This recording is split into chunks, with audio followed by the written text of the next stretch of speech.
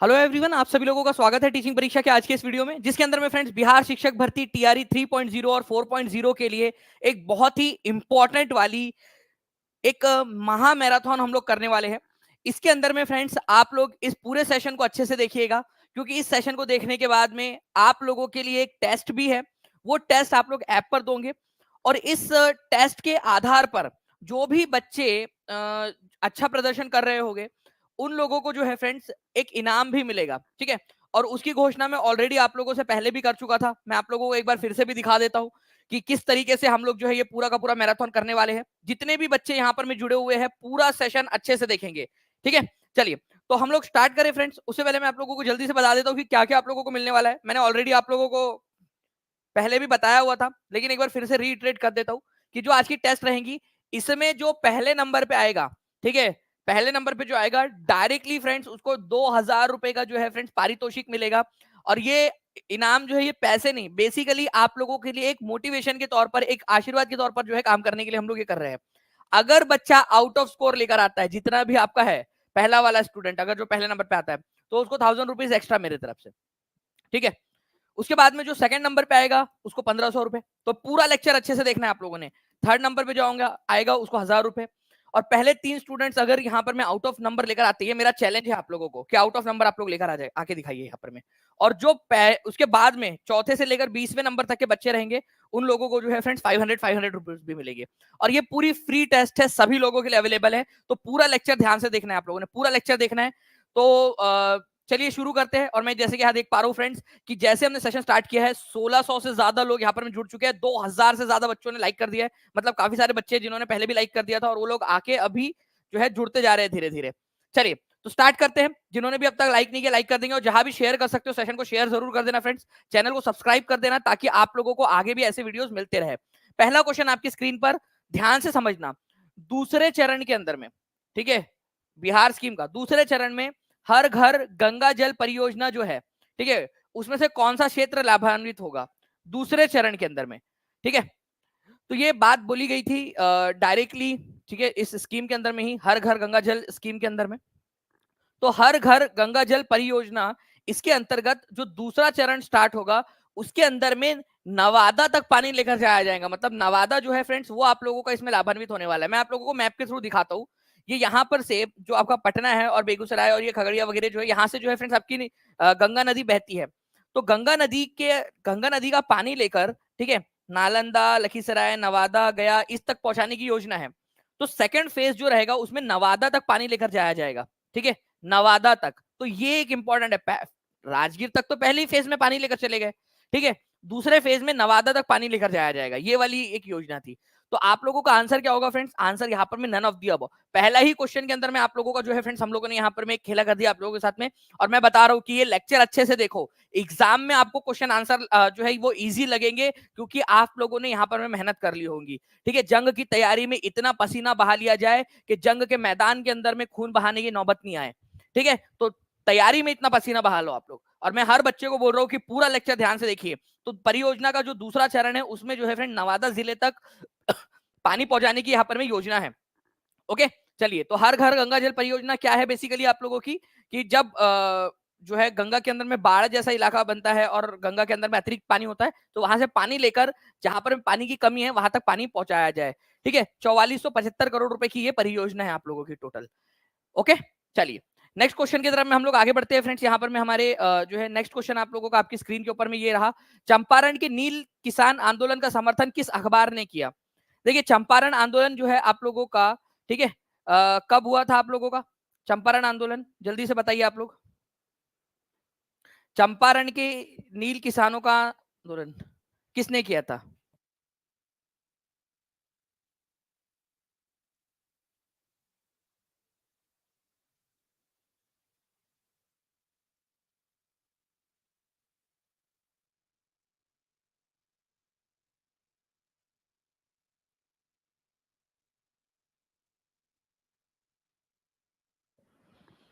तो नील किसान आंदोलन का समर्थन जो है फ्रेंड्स किसने किया था, बेसिकली ये आप लोगों ने याद रखना है। तो नील किसान आंदोलन जो है आप लोगों का, ठीक है, बेसिकली नील जो है यहाँ पर में आपको याद रखना है नील वाला जो है उसके अंदर में आप लोग करेंगे यहाँ पर में, इसको अभी फिलहाल के लिए चंपारण को आप लोग यहाँ पर में छोड़ दीजिए। नील किसान आंदोलन जो था, नील की खेती के लिए जो आंदोलन किया गया था, उसके अंदर में हिंदू पैट्रियट करके जो एक अखबार था उसने किया था, ये याद रखना है आप लोगों ने। ठीक है, ये जो क्वेश्चन रहेगा आप लोगों का, ये क्वेश्चन बेसिकली हम लोग चंपारण से नहीं, जो इंडिगो रिबेलियन हुआ था आप लोगों का, नील विद्रोह हुआ था, उनके उसके परिप्रेक्ष्य में हम लोग कर रहे हैं यहाँ पर में। ठीक है, यहाँ पर मैं इसके अंदर में करेक्शन भी कर दिया गया है, नील आंदोलन का समर्थन किस अखबार ने किया था, तो आंसर होगा आप लोगों का यहाँ पर, ठीक है, हिंदू पैट्रियट। देखिए फ्रेंड्स, हिंदू पैट्रियट जो अखबार है इसको निकाला था हरीश चंद्र मुखर्जी ने। मैं आपको बताता हूं क्या हुआ था 1859 के अंदर में, बंगाल के इलाके में, बंगाल के अंदर में जो नील उगाने वाले किसान थे, उन्होंने एक आंदोलन कर दिया था जिसको इंडिगो रिबेलियन या नील विद्रोह कहते हैं। नील की खेती करना किसानों के लिए लाभदायक नहीं था, उनके लिए फायदे का सौदा नहीं था। तो इंडिगो रिबेलियन जो है फ्रेंड्स, हरीश चंद्र मुखर्जी जो कि एक बंगाली जर्नलिस्ट थे, उन्होंने जो है फ्रेंड्स अपने अखबार द हिंदू पैट्रियट, इसके अंदर में इन्होंने बहुत जो है जोर शोर से इसको लिखा था, उसकी आवाज उठाई थी। ये याद रखेंगे आप सभी लोग। तो आंसर जो है फ्रेंड्स आप लोगों का हो जाएगा the Hindu patriot. The Hindu patriot के संपादक या मालिक कौन थे, तो याद रखना है हरीश चंद्र मुखर्जी। उसके अलावा इंडिगो रिबेलियन का समर्थन और जो है फ्रेंड्स कौन कौन सी चीजों ने किया, एक नाटक लिखा गया था उस समय में जिसका नाम था नील दर्पण।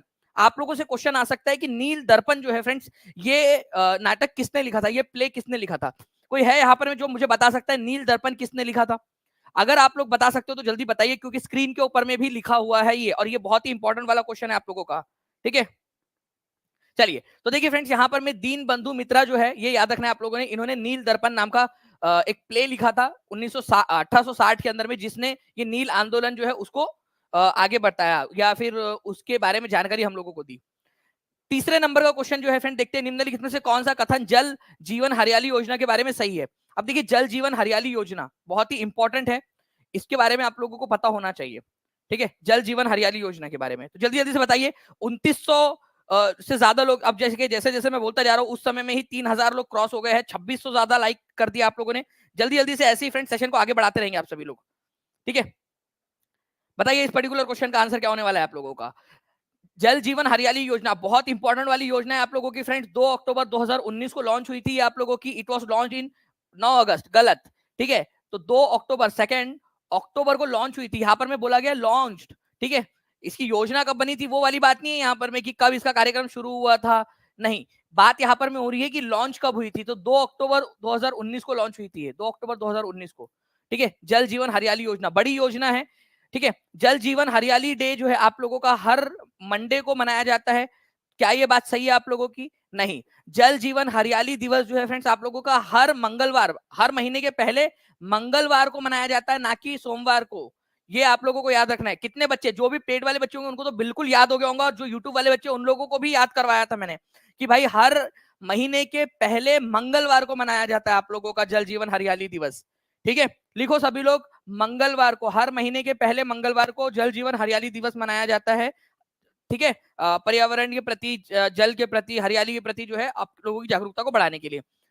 तो यहाँ पर में ट्यूसडे हो जाएगा आप लोगों का, और यहाँ पर में सोमवार की जगह पे मंगलवार। ठीक है, मंगलवार। ठीक है, ये आप लोगों का, तो ये भी गलत था, ये भी गलत है आप लोगों का।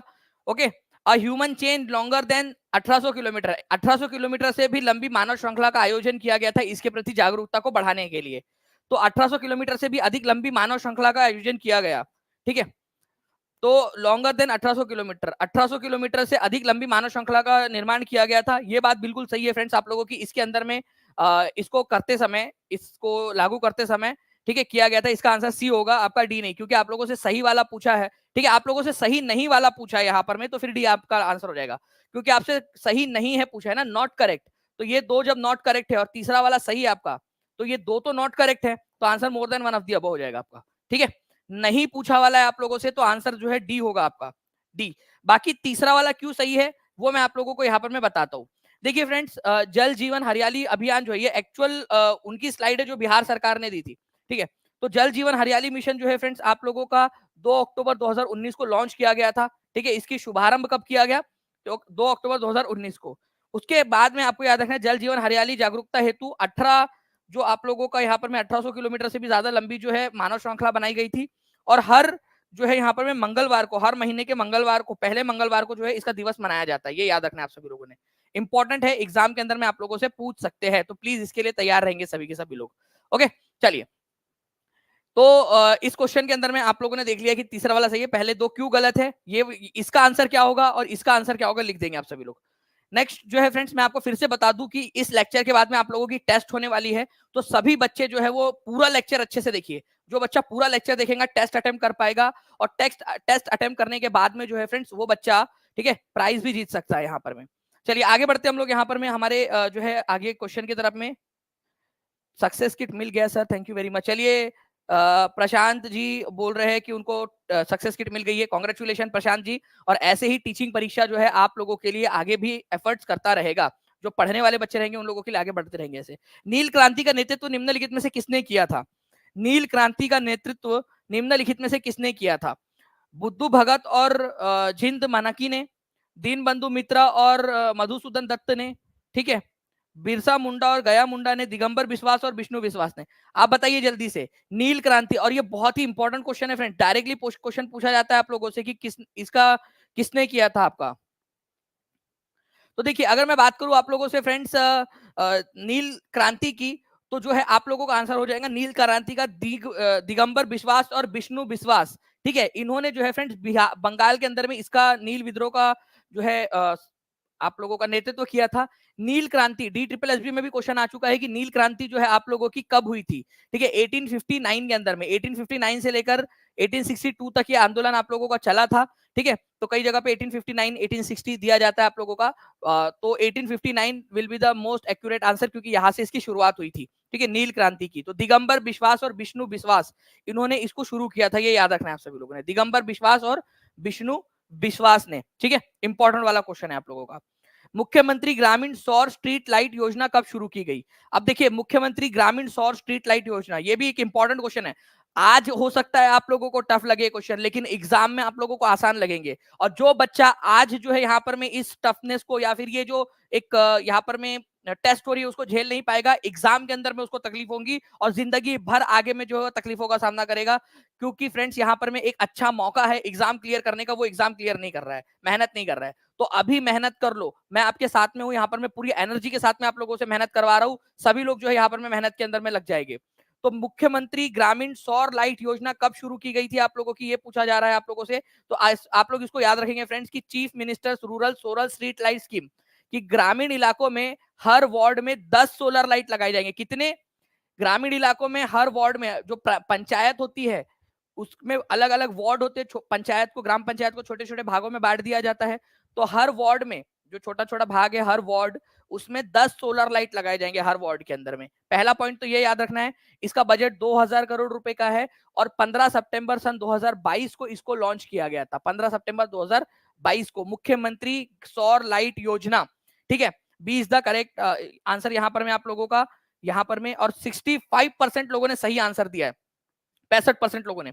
देखिए फ्रेंड्स 3000 के करीब हम लोगों ने लाइक कर दिए, 3600 से ज्यादा लोग जुड़ चुके हैं सिर्फ 13 मिनट के अंदर में। मैं चाहता हूं यहाँ पर मैं आज हम लोग जो है फ्रेंड्स कम से कम जो है 7000 लोग जो है क्रॉस होने चाहिए, और ये आप लोगों की जिम्मेदारी है। अगर आपके लिए मैं एफर्ट ले रहा हूं तो आप लोगों को भी जो है फ्रेंड्स यहाँ पर में होना चाहिए, प्यार दोनों तरफ से होना चाहिए, दो तरफा होना चाहिए, एक तरफा नहीं। तो हर एक बच्चा अपनी अपनी जिम्मेदारी निभाते हुए, ठीक है, जल्दी से लाइक एंड शेयर जरूर कर देगा सेशन को।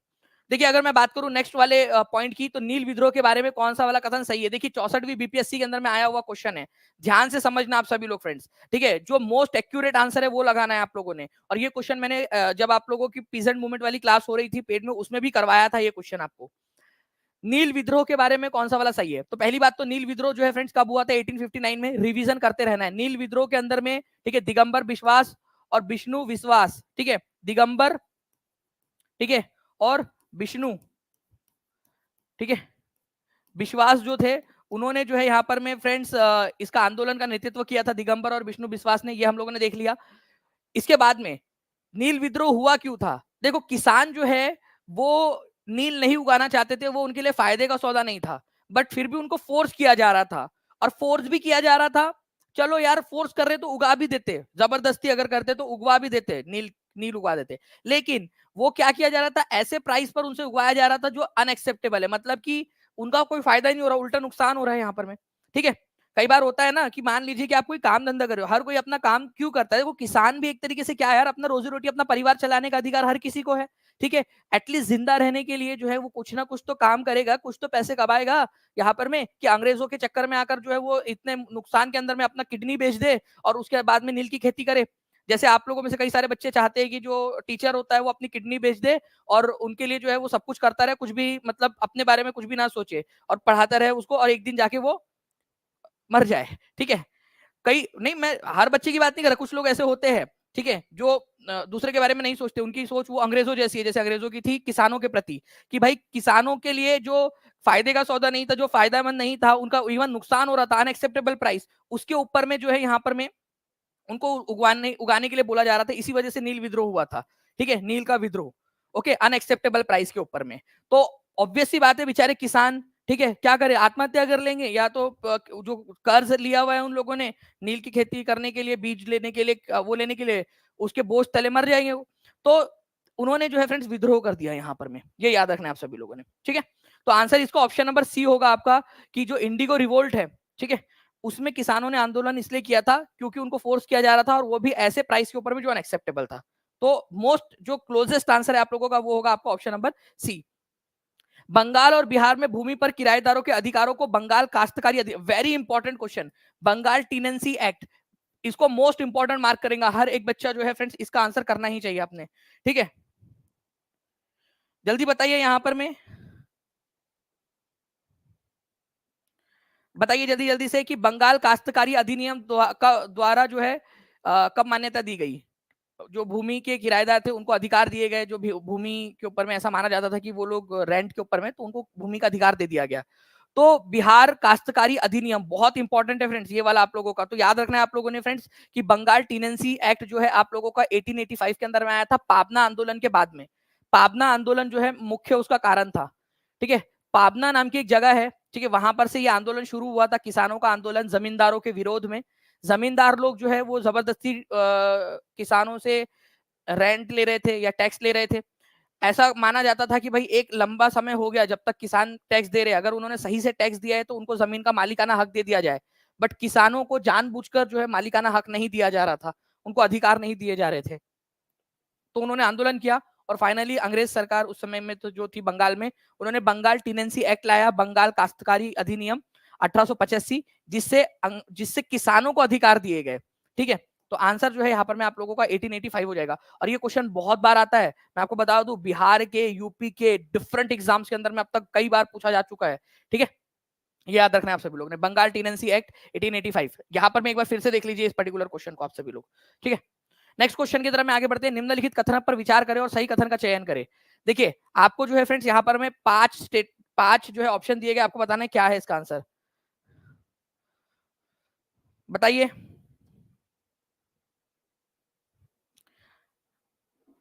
वो आपके एग्जाम तक पूरा वैलिड रहेगा टारगेट जी, डोंट वरी, आप अच्छे से करिए, अच्छे से पढ़ाई करिए, ठीक है।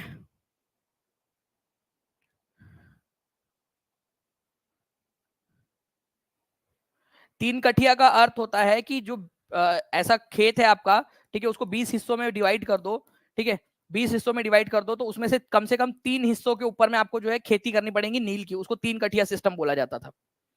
चलिए निम्नलिखित कथन पर विचार करें और सही कथन का चयन करें। Lord Canning was the first governor general of Bengal, ठीक है, आंसर्स कर रहे हो आप लोग। लॉर्ड कैनिंग जो है पहले गवर्नर जनरल थे, गलत। लॉर्ड कैनिंग जो है फ्रेंड्स वायसराय थे पहले भारत के, ठीक है, वायसरॉय, तो ये आपका गलत हो जाएगा। First governor general of India was William Bentinck, ये बिल्कुल सही बात है, भारत के पहले गवर्नर जनरल विलियम बेंटिक थे, 1833 में बने थे, 1833 के अंदर में। First viceroy of India was Warren Hastings, गलत। अभी आपको बताया कि पहले वायसराय कौन थे, चलो जल्दी बताओ, ठीक है। बंगाल के पहले गवर्नर जनरल थे वॉरेन हेस्टिंग्स, ठीक है, और भारत के पहले वायसराय थे लॉर्ड कैनिंग, उल्टा पुल्टा दिया हुआ है यहाँ पर में, ठीक है। तो लिख देंगे जल्दी जल्दी से आप सभी लोग, आंसर यहाँ पर में आप लोगों का क्या होगा, सही वाला पूछा है ना, तो B is the correct answer, ठीक है। 47% लोगों ने, केवल और केवल 47% लोगों ने सही आंसर दिया है। तो मतलब आपको अभी भी इसकी प्रैक्टिस की जरूरत है, और ज्यादा प्रैक्टिस की जरूरत है, ऐसे ही करते रहिए आप सभी लोग, ठीक है, अच्छे से प्रैक्टिस। 4000 से ज्यादा लोग देख रहे हैं फ्रेंड्स, 3300 से ज्यादा लाइक्स हो चुके हैं, जल्दी जल्दी से आगे बढ़ाते रहेंगे सेशन को आप लोग। तो 1833 के कानून के तहत, चार्टर एक्ट के तहत, भारत बंगाल का जो गवर्नर जनरल था उसका नाम बदल के गवर्नर जनरल ऑफ इंडिया कर दिया गया। और पहले गवर्नर जनरल ऑफ इंडिया कौन बने, अभी आपको बताया, लिखकर आप लोग बताएंगे एक बार ताकि आपको याद हो जाए, ठीक है। चलिए जल्दी जल्दी से बताते जाइए आप सभी लोग।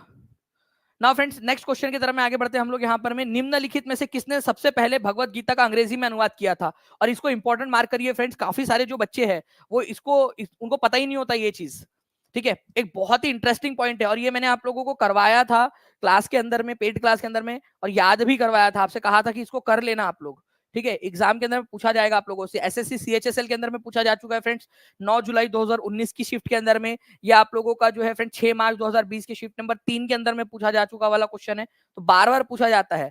तो भगवत गीता का सबसे पहले इंग्लिश ट्रांसलेशन जो है फ्रेंड्स चार्ल्स विल्किंग्स ने किया था, चार्ल्स विल्किंग्स ने, ठीक है। ये बहुत ही इंपॉर्टेंट क्वेश्चन है। भगवत गीता का पहला अंग्रेजी अनुवाद चार्ल्स विल्किंग्स ने किया था। किसके समय में किया था? वॉरेन हेस्टिंग्स के समय काल के अंदर में, मतलब जो एशियाटिक सोसाइटी ऑफ बंगाल जो था ना आप लोगों का, ठीक है, उसकी जब स्थापना हुई थी तो उसी के अंतर्गत उन्होंने उसका ट्रांसलेशन किया था, ठीक है। वॉरेन हेस्टिंग्स के समय में, बंगाल के पहले गवर्नर जनरल के समय काल के अंदर में। चलिए अब नेक्स्ट जो है फ्रेंड्स क्वेश्चन की तरफ में आगे बढ़ते हैं हम लोग। चार्ल्स विल्किंग्स जो है, इन्होंने याद रखना है आप लोगों ने, भगवत गीता का पहला इंग्लिश ट्रांसलेशन चार्ल्स विल्किंग्स, लिख दो तो याद हो जाएगा आप लोगों को। नेक्स्ट क्वेश्चन की तरफ में आगे बढ़ते हैं। देखिए चार्ल्स विल्किंग्स ने किया था द भगवत गीता नाम से, ठीक है, पहला इंग्लिश ट्रांसलेशन, ये भी देख सकते हो आप लोग यहाँ पर में, ठीक है। The first English translation Charles Wilkins the Bhagavad Gita, ठीक है। चलिए नाउ फ्रेंड नेक्स्ट क्वेश्चन 10वें नंबर का आप लोगों को आपकी स्क्रीन पर ये रहा। आपको बताना है मुख्यमंत्री डिजिटल स्वास्थ्य योजना कब शुरू हुई और इसकी प्रमुख विशेषता क्या थी? क्या बात है, बढ़िया तरीके से आप लोग आंसर्स कर रहे हो फ्रेंड्स। और ये सिलेक्शन वाले बच्चे हैं, ठीक है, जो सिलेक्शन लेने वाले, क्योंकि ये जो मेहनत है ना, जो आप लोग मेहनत कर रहे हो, ये सिलेक्शन लेने वाले बच्चों की निशानी है, ये मेहनत करना, यहाँ पर में आंसर्स करना और प्रॉपरली जो क्लास का डेकोरम है वो करना, यहाँ पर में अपने तरफ से जो है पढ़ना भी और अपना योगदान देना, ये एक बहुत अच्छी बात होती है। जो एक सही इंसान होता है ना, उसकी निशानी होती है। देखिए फ्रेंड्स अक्टूबर, ठीक है, 2021 को, ठीक है, आपको ये लॉन्च किया गया था ताकि आप लोग जो है अपॉइंटमेंट बुक कर सके डॉक्टर के साथ में। अक्टूबर 2022 को लॉन्च किया गया था, आप अवेलेबिलिटी चेक कर सके डॉक्टर की और बेड्स की हॉस्पिटल में, कि डॉक्टर के पास में बेड है या नहीं, या हॉस्पिटल में बेड है या नहीं, हॉस्पिटल में डॉक्टर अवेलेबल है या नहीं, ठीक है। 21 अक्टूबर 2023 को जो है आपका फ्री हेल्थ चेकअप जो है वो यहाँ पर में सीनियर सिटीजन के लिए, more than one of the above. तो देखो फ्रेंड्स, बेसिकली मैं आपको डायरेक्टली आंसर बताता हूँ यहाँ पर में। आंसर इसका ये है कि भाई यहाँ पर में इसको लॉन्च किया गया था 2022 में, 21 अक्टूबर 2022 में। और क्यों लॉन्च किया गया था इसको?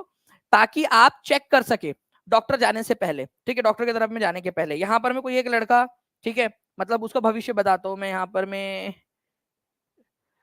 तो लड़कों की इतनी कमी हो गई है, पता नहीं यार, मेरे को लगता है कि हमारी जनगणना ना ठीक से हो नहीं रही है, लड़की ही कम है। ये शुभम है मान लीजिए, ठीक है, शुभम की जॉब लग गई, उसकी जो है एक प्यारी सी जो है लड़की से शादी करा दी उसकी मम्मी ने, ठीक है।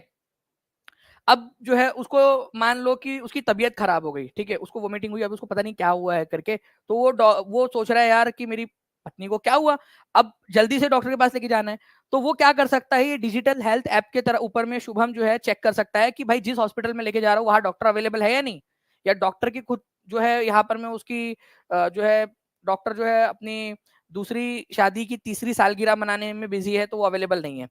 तो ऐसे हॉस्पिटल में जाओ जहां डॉक्टर अवेलेबल हो, तो वहां जाके पता करेंगे, उतने देर के अंदर में वो जो है पत्नी की तबीयत उसकी और खराब हो जाएंगी। तो इससे अच्छा है कि डिजिटल हेल्थ ऐप पर चेक कर लो कि भाई हाँ जहां जा रहे हैं हम लोग यहाँ पर में चमनलाल चांदीदास, ठीक है, ठाकुर कॉलेज के अंदर जो है हॉस्पिटल में, वहां पर में डॉक्टर है क्या? अरे यहाँ डॉक्टर है ही नहीं, चलो यहाँ पर में चमेली बाई, ठीक है, सरकारी अस्पताल, वहां जाके देखते हैं। तो आप जहां जा रहे हो वहां डॉक्टर अवेलेबल होना चाहिए, और डॉक्टर अवेलेबल है तो क्या बेड अवेलेबल है वहां पर में, ठीक है, अगर भर्ती करना पड़े उसको वापस में वहीं पे, तो ठीक है शुभम। तो बेटा शुभम, तुम्हारे लिए बनाया गया है डिजिटल हेल्थ ऐप, ताकि तुम जाने से पहले चेक करके जाओ डिजिटल हेल्थ ऐप के ऊपर में कि भाई डॉक्टर अवेलेबल है या नहीं, और यहाँ पर में ओके बेड अवेलेबल है या नहीं वहां पर में, ठीक है। चलिए डिजिटल हेल्थ ऐप समझ में आ गया आप लोगों को किस लिए है ये? आप लोगों का बेड और डॉक्टर की अवेलेबिलिटी जांचने के लिए, मुख्यमंत्री डिजिटल स्वास्थ्य योजना, ये याद रखना आप लोगों ने। 21 अक्टूबर 2022 को लॉन्च हुई थी और इसको 5 साल में पूरे बिहार में लॉन्च कर दिया जाएगा। 2022-23 से 26-27, ये 5 साल का जो समय काल है ना, इसके अंदर में इसको पूरा लॉन्च किए जाने की योजना है। पूरे बिहार के अंदर में हर एक हॉस्पिटल को इससे जोड़ दिया जाएगा, ठीक है,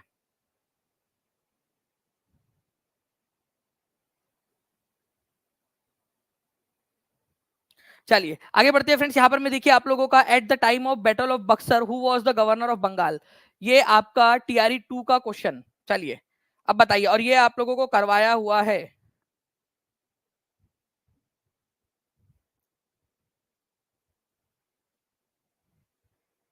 जल्दी बताइए। देखिए बक्सर का युद्ध पहली बात तो कब हुआ था, ये आप लोगों के लिए अभी थोड़े दिन पहले कम्युनिटी के अंदर में भी, यूट्यूब चैनल का जो कम्युनिटी उसके अंदर में भी पोस्ट डाला था। तो बक्सर का युद्ध जो है फ्रेंड्स आप लोगों का 1764 में हुआ था। ठीक है, तो उस समय में कौन थे बंगाल के गवर्नर? वेंसी टार्ट। ठीक है, तो वेंसी टार्ट ये बंगाल के गवर्नर थे। उसके बाद में रॉबर्ट क्लाइव जो है बंगाल के गवर्नर बनते हैं, उसके बाद में वापस से आकर सेकंड टाइम बनते हैं। पहले जो है आपका 1756 में भी बना था वो गवर्नर, लेकिन बाद में जाकर फिर से, ठीक है, उसका तबादला हो गया था, फिर से 1765 में फिर से गवर्नर जनरल बनता है रॉबर्ट क्लाइव। लेकिन 1764 में जब बक्सर की लड़ाई हो रही थी उस समय में वेंसी टार्ट जो है फ्रेंड्स, ये याद रखना है आप लोगों ने, ठीक है, गवर्नर था बंगाल का वेंसी टार्ट। और ये क्वेश्चन आया था और ये आप लोगों को पढ़ाया हुआ क्वेश्चन है। ठीक है, तो B is the correct answer. तो अक्टूबर 1764 में लड़ा गया था। ठीक है, ये युद्ध उस समय में वेंसी टार्ट जो है, याद रखना है फ्रेंड्स आप लोगों ने, गवर्नर थे। ठीक है, बक्सर की लड़ाई के समय में। अच्छा, बक्सर की लड़ाई के बाद में कौन सी संधि हुई थी ये बता दीजिए आप सभी लोग।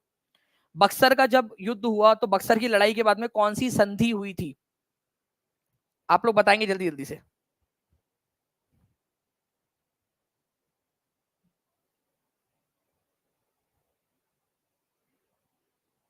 चलिए बहुत बढ़िया सोनू कुमार।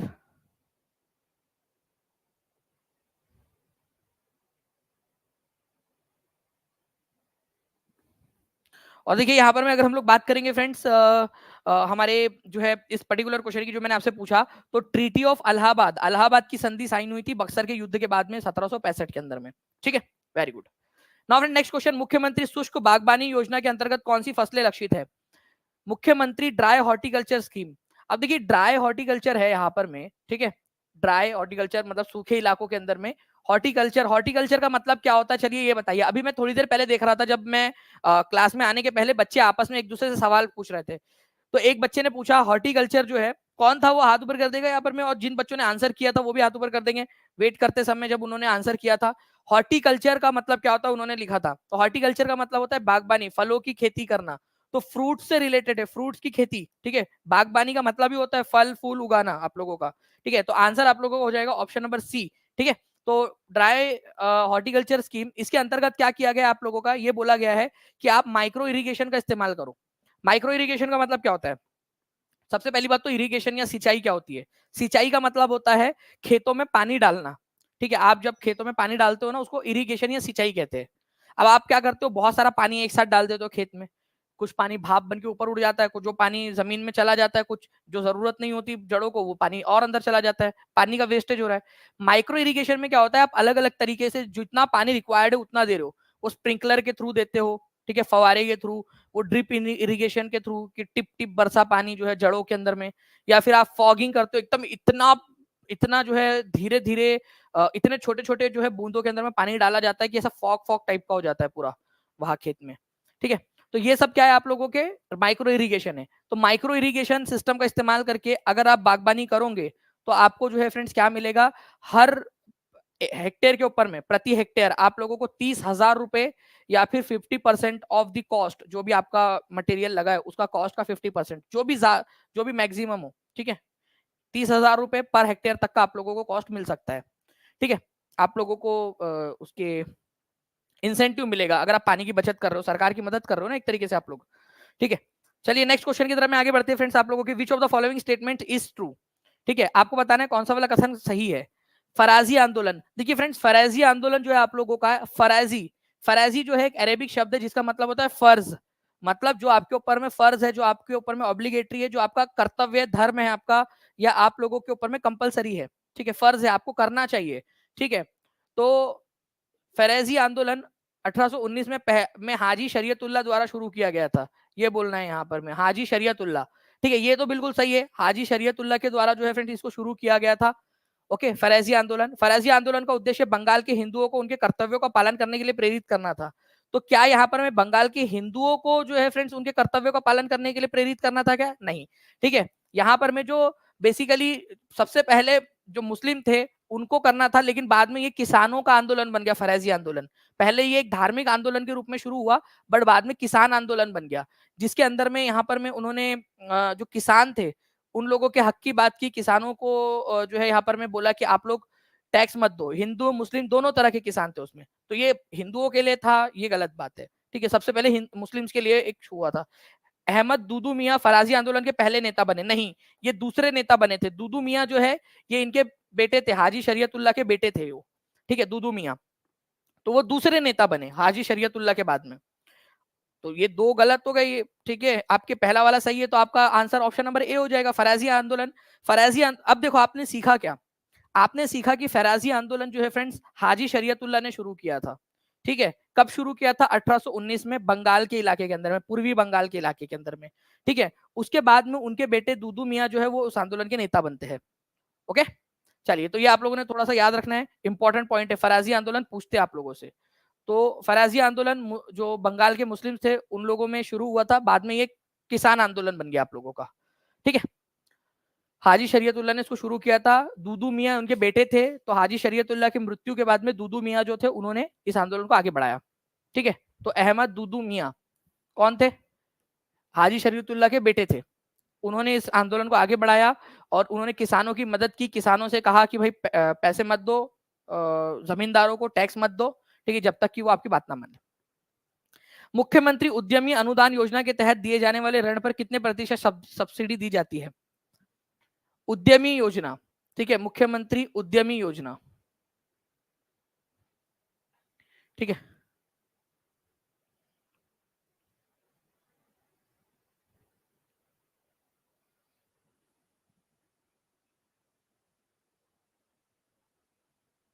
चलिए देखिए फ्रेंड्स, बिहार के अंदर में इंडस्ट्रीज को बढ़ावा देने के लिए उद्यमी या जो है स्टार्टअप्स होते हैं उन लोगों को बढ़ावा देने के लिए बिहार के जो डिपार्टमेंट ऑफ इंडस्ट्रीज है या इंडस्ट्रीज डिपार्टमेंट है बिहार सरकार का, उसने एक योजना लागू की है, मुख्यमंत्री उद्यमी अनुदान योजना, जिसके तहत 10 लाख रुपए तक का जो है वो लोन दिया जाएगा और उस पर 50% की सब्सिडी दी जाएगी, 50% की सब्सिडी।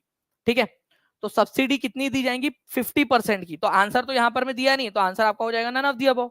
ठीक है, 50% तो दिया नहीं है यहाँ पर में, तो इसी वजह से इसका आंसर ऑप्शन नंबर ई होगा। तो जिन बच्चों ने रिवीजन करके आए हैं वो आसानी से आंसर कर देंगे इसका। ठीक है, अगर नहीं भी किया है तो यहाँ पर में ध्यान से देख लीजिए, अभी मुख्यमंत्री उद्यमी अनुदान योजना के तहत इंडस्ट्रीज डिपार्टमेंट जो है बिहार का वो 10 लाख रुपए तक का लोन देगा और उसमें भी 50% की सब्सिडी देगा। ठीक है, ये आपको याद रखना था। मुख्यमंत्री डिजिटल स्वास्थ्य योजना, ठीक है, आपकी कब से कब तक लागू होंगी? अभी आपको बताया कि डिजिटल स्वास्थ्य योजना किस चीज से रिलेटेड है। शुभम कहा गया बेटा? है कि शुभम यहाँ पर में कि शादी करने चला गया मम्मी को बोलने की, मम्मी मम्मी दानी सर ने बोला कि तुम्हारा पेपर क्लियर हो जाएगा, लड़की देखना स्टार्ट कर दो। खुशी के मारे चला तो नहीं क्या वो? चलिए, तो यहाँ पर मैं आ जाइए फ्रेंड्स, यहाँ पर मैं हॉस्पिटल में डॉक्टर्स अवेलेबल है या नहीं, ठीक है, डॉक्टर्स की अवेलेबिलिटी और जो बेड्स है उनकी अवेलेबिलिटी है या नहीं उसको चेक करने के लिए यहाँ पर में ये ऐप है आपका, और ये आपका 2022-23 से 26-27 तक 5 साल की अवधि में इसको किया जाना है। ठीक है, टोटल ये याद रखेंगे आप सभी लोग, B is the correct answer. Okay, अगले 5 साल के अंदर में इसको किया जाएगा, इस योजना को पूरी तरह से लागू किया जाएगा। ओके, इंपॉर्टेंट वाला पॉइंट है आप लोगों का, एग्जाम के अंदर में पूछ सकते हैं आप लोगों से। नाउ फ्रेंड नेक्स्ट एक बहुत ही जो है बड़ा वाला क्वेश्चन है आप लोगों का। ओके, थोड़ा सा आप लोगों ने ध्यान से देखना है, आपको बताना है यहाँ पर मैं इस पर्टिकुलर क्वेश्चन के अंदर में कि which of the following statements is true. Gujarat के बारदोली जिले में भूमि राजस्व में 50% की वृद्धि के कारण बारदोली की किसानों द्वारा वल्लभ भाई पटेल के नेतृत्व में नो रेवेन्यू अभियान का आयोजन किया गया।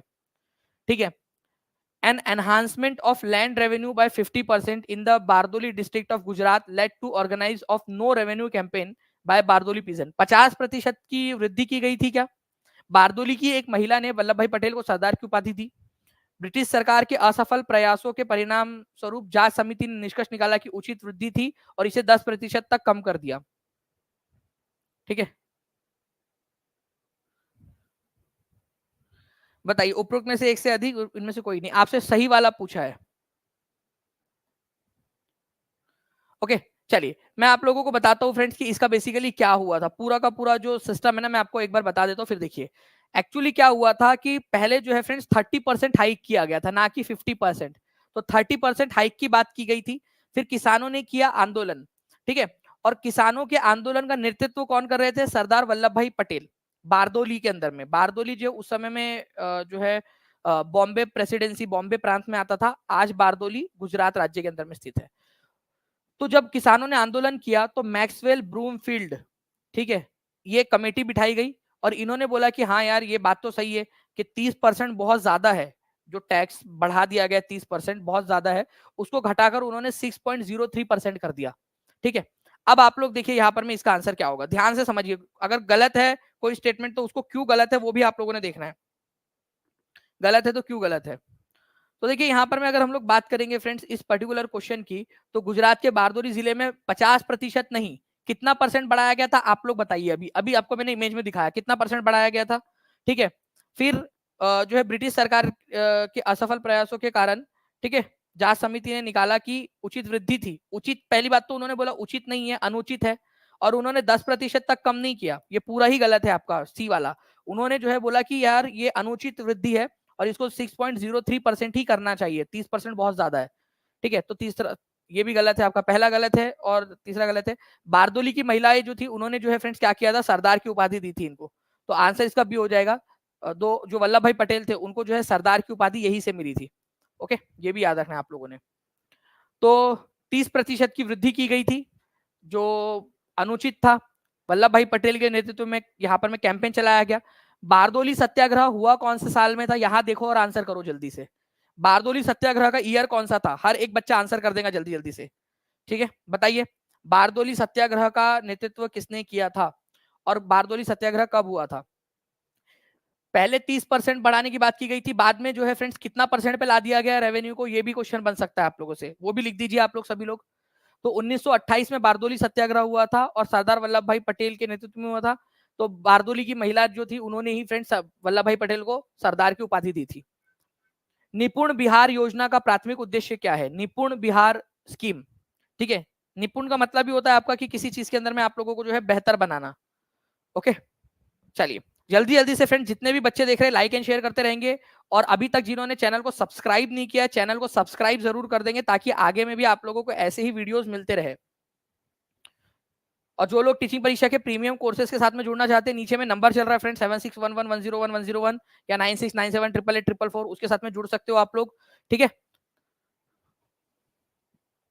देखिए अगर हम लोग बात करेंगे फ्रेंड्स निपुण बिहार स्कीम की, तो यहाँ पर मैं बात की गई है कि बेसिक लिटरेसी, जो बेसिक लिटरेसी है, जो छोटा मोटा पढ़ना आना चाहिए, और इसके अलावा न्यूमेरेसी का मतलब होता है जोड़ घटाना आना चाहिए बच्चों को, प्राइमरी स्कूल के बच्चों को, इसके लिए ये किया गया है यहाँ पर में, ठीक है। तो प्राथमिक विद्यालय के छात्रों के बीच बुनियादी साक्षरता और संख्यात्मक कौशल को सुधार करना इसका मेन लक्ष्य था, ठीक है।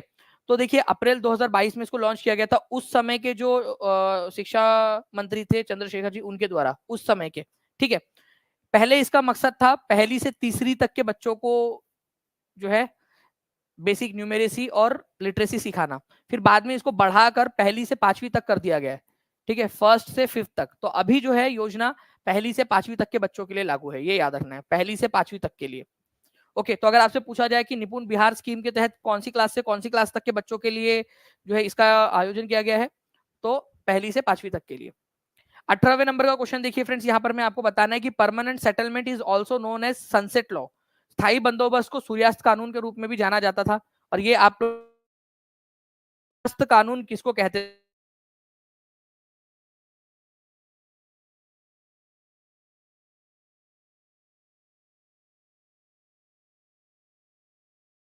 है, क्या करेंगे, अपना अपना योगदान देते रहेंगे।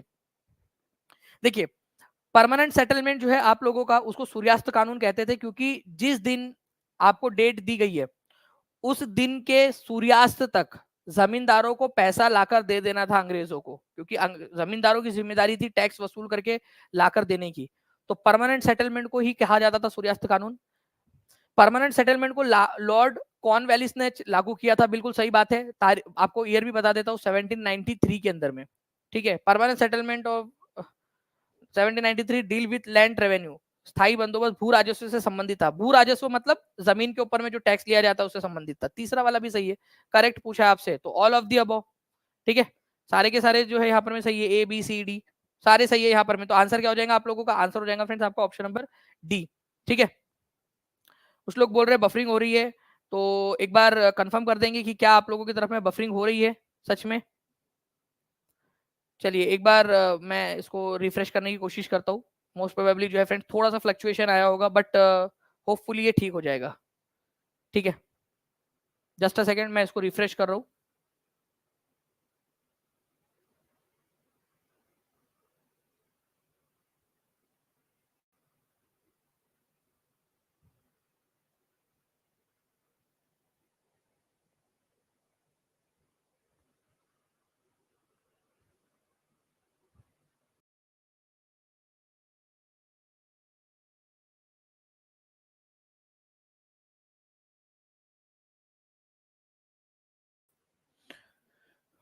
अब एक बार चेक कीजिएगा फ्रेंड्स कि क्या अभी आप लोगों की तरफ में स्क्रीन बराबर से आ रही है। अब एक बार चेक कर लीजिए प्लीज। चलिए होपफुली फ्रेंड्स अब आप लोगों की तरफ में जो है स्क्रीन बराबर से आ रही होगी। तो आंसर इसका ऑप्शन नंबर डी हो जाएगा, जो अभी हम लोगों ने किया। परमानेंट सेटलमेंट को सूर्यास्त कानून या सनसेट लॉ कहते हैं। अपने आप में एक नंबर का क्वेश्चन बन सकता है आप लोगों का। दूसरा जो है फ्रेंड्स 1793 में परमानेंट सेटलमेंट को लॉन्च किया गया था कॉर्नवालिस के द्वारा, और ये एक भू राजस्व बंदोबस्त था, मतलब कि भूमि के ऊपर में टैक्स लिया जाने वाला बंदोबस्त। ठीक है, तो D is the correct answer.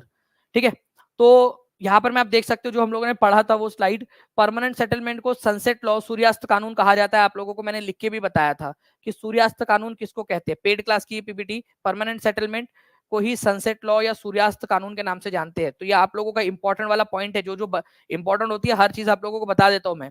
इसमें जमींदारों को ये कहा गया था कि भाई जमींदार जितने तारीख आपको दी गई है उसके सूर्यास्त तक आपको पैसा लाके दे देना है। ठीक है, लॉर्ड कॉर्नवालिस ने इसको स्टार्ट किया था 1793 में। परमानेंट सेटलमेंट इसको कहते थे इसी वजह से क्योंकि इसका जो रेवेन्यू था वो फिक्स्ड था कि कितना पैसा जो है वो लेना है। 1875 के दक्कन दंगों का तत्कालिक कारण क्या था? देखिए 1875 में दक्कन के दंगे हुए थे। ठीक है, दक्कन के इलाके में स्पेशली बात करूं तो ये अहमदनगर, पूना, महाराष्ट्र का जो इलाका था ना, वहां पर में ये दंगे हुए थे। तो इसका मेन कारण क्या था? तो हुआ क्या था कि किसान लोग जो है वो पैसा उधार लिया करते थे। ठीक है, किससे? महाजन लोगों से, ताकि वो टैक्स भर सके। रियोतवाड़ी सेटलमेंट के अंदर में टैक्स भरना पड़ता था किसानों को, तो टैक्स का पैसा वो लोग भर सके। तो टैक्स का पैसा भरने के लिए वो महाजन से टैक्स पैसा लेते थे, लेकिन उनसे बहुत ज्यादा हाई इंटरेस्ट चार्ज किया जाता था। ठीक है, तो उसके विरोध में बहुत ज्यादा जो ऊंची ब्याज की दरें उनसे ली जाती थी, उसके विरोध में उन्होंने ये दंगा कर दिया था। कई सारे महाजनों की दुकानें जला दी गई। ठीक है, उनका बहिष्कार किया गया, उनके बही खाते जो थे वो जला दिए गए। तो भाई किससे कितना लेना है किसी को कुछ पता ही नहीं रहेगा फिर। तो B is the correct answer. ठीक है, तो अहमदनगर, सोलापुर, सातारा, पूना, इस इलाके के अंदर में सबसे ज्यादा जो है फ्रेंड्स आंदोलन जो है वो उसमें था, दक्कन राइट्स 1875 में। और दक्कन एग्रेरियरिस्ट, ठीक है, एग्रीकल्चरलिस्ट रिलीफ एक्ट, ठीक है, दक्कन के जो किसान थे उन लोगों को राहत पहुंचाने के लिए कानून पास किया गया 1879 के अंदर में। ठीक है, दक्कन विद्रोह के बाद में 4 साल बाद उसके। बंगाल के किस जिले के किसानों ने 1873 में किसानों का संगठन स्थापित किया था? अब देखिए 1873 में 1873 में एक आंदोलन स्टार्ट हुआ था, कौन से जिले के अंदर में बताइए? तो देखिए 1873 जब बोले ना, तो पाबना आंदोलन, पाबना मूवमेंट स्टार्ट हुआ था बेसिकली फ्रेंड्स, पाबना। ठीक है, मूवमेंट आप लोगों का स्टार्ट हुआ था 1873 के अंदर में। तो पाबना जिले में स्टार्ट हुआ था, सिंपल सी बात है। ठीक है, तो पाबना जो जिला था, पाबना जो इलाका था, वहां से इसको स्टार्ट हुआ था। ईस्ट बंगाल के अंदर में, पूर्वी बंगाल के अंदर में आता था ये आप लोगों का। ठीक है, तो एक ऑक्यूपेंसी राइट एक्ट था आप लोगों का 1859 का, 1859 का, जिसके तहत ये बोला गया था कि अगर कोई किसान है, ठीक है, वो प्रॉपर अपना टैक्स भर रहा है तो उसको मालिकाना हक दे दिया जाए। बट जो जमींदार थे वो किसानों को मालिकाना हक देने के लिए तैयार नहीं थे। ठीक है, तो उसका उल्लंघन हो रहा था, और इसी वजह से जो है फ्रेंड्स पाबना आंदोलन चला। और पाबना आंदोलन के बाद में बंगाल, ठीक है, टीनेंसी एक्ट, बंगाल काश्तकारी अधिनियम पास हुआ था। कौन से साल में पास हुआ था जल्दी बताओ? स्टार्टिंग में आपको बताया बंगाल काश्तकारी अधिनियम, बंगाल टीनेंसी एक्ट कब हुआ था पास?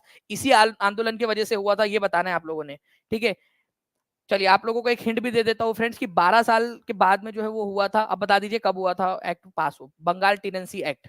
ठीक है। तो पाबना आंदोलन आप लोगों का जो है फ्रेंड 1870 के दशक में, टू बी स्पेसिफिक 1873 में पाबना जिले से स्टार्ट हुआ था। ठीक है। पाबना एग्रेरियन लीग बनाई गई थी, इसमें पाबना एग्रेरियन लीग, जिसका मकसद था जमींदारों के जो उत्पीड़न है जमींदारों के द्वारा, उसके खिलाफ लड़ाई लड़ना। ठीक है। गरीब कल्याण रोजगार अभियान किस जिले से शुरू किया गया था? गरीब कल्याण, ठीक है, अभियान बताइए। देखिए फ्रेंड्स, गरीब कल्याण अभियान जो है ये शुरू किया गया था आप लोगों का, ठीक है, बिहार से ही, बिहार के खगड़िया जिले से। इसका मेन मकसद क्या था? इसका मेन मकसद था कि कोविड 19 के समय में जो मजदूर थे अलग अलग राज्यों से अपने अपने गांव में आकर वापस से बस गए थे, अब उनके पास में कोई काम धंधा था नहीं, तो उन लोगों को वापस से जो है काम की सहूलियत उपलब्ध कराना, उनके लिए अपॉर्चुनिटी उपलब्ध कराना। तो खगड़िया जिले में इसको लॉन्च किया गया था, गरीब कल्याण रोजगार अभियान। ठीक है। तो प्रधानमंत्री नरेंद्र मोदी ने इसको स्टार्ट किया था। ठीक है। खगड़िया जिले से, तेलहर गांव है खगड़िया जिले का, वहां से इसको स्टार्ट किया गया था, गरीब कल्याण रोजगार अभियान खगड़िया जिले से इसको स्टार्ट किया गया था। ठीक है। 20 जून 2021 को, 20 जून 2021 को इसको स्टार्ट किया गया था। और बिहार के 32 जिलों के अंदर में जो है फ्रेंड्स ये आप लोगों का चल रहा है, बिहार के 32 जिलों के अंदर में। ठीक है। चलिए आगे बढ़ते हैं हम लोग यहाँ पर में हमारे नेक्स्ट क्वेश्चन की तरफ में। लॉर्ड हेस्टिंग्स ने ब्लैंक की शुरुआत की जहां ईस्ट इंडिया कंपनी ने दावा किया कि उसका अधिकार सर्वोच्च है और इसलिए उसकी शक्ति भारतीय राज्यों से अधिक है। तो देखो लॉर्ड हेस्टिंग्स ने किस जो है एक योजना की शुरुआत की थी? लॉर्ड हेस्टिंग्स ने, जल्दी बताइए आप लोग, लॉर्ड हेस्टिंग्स ने कौन सी वाली योजना की शुरुआत की थी?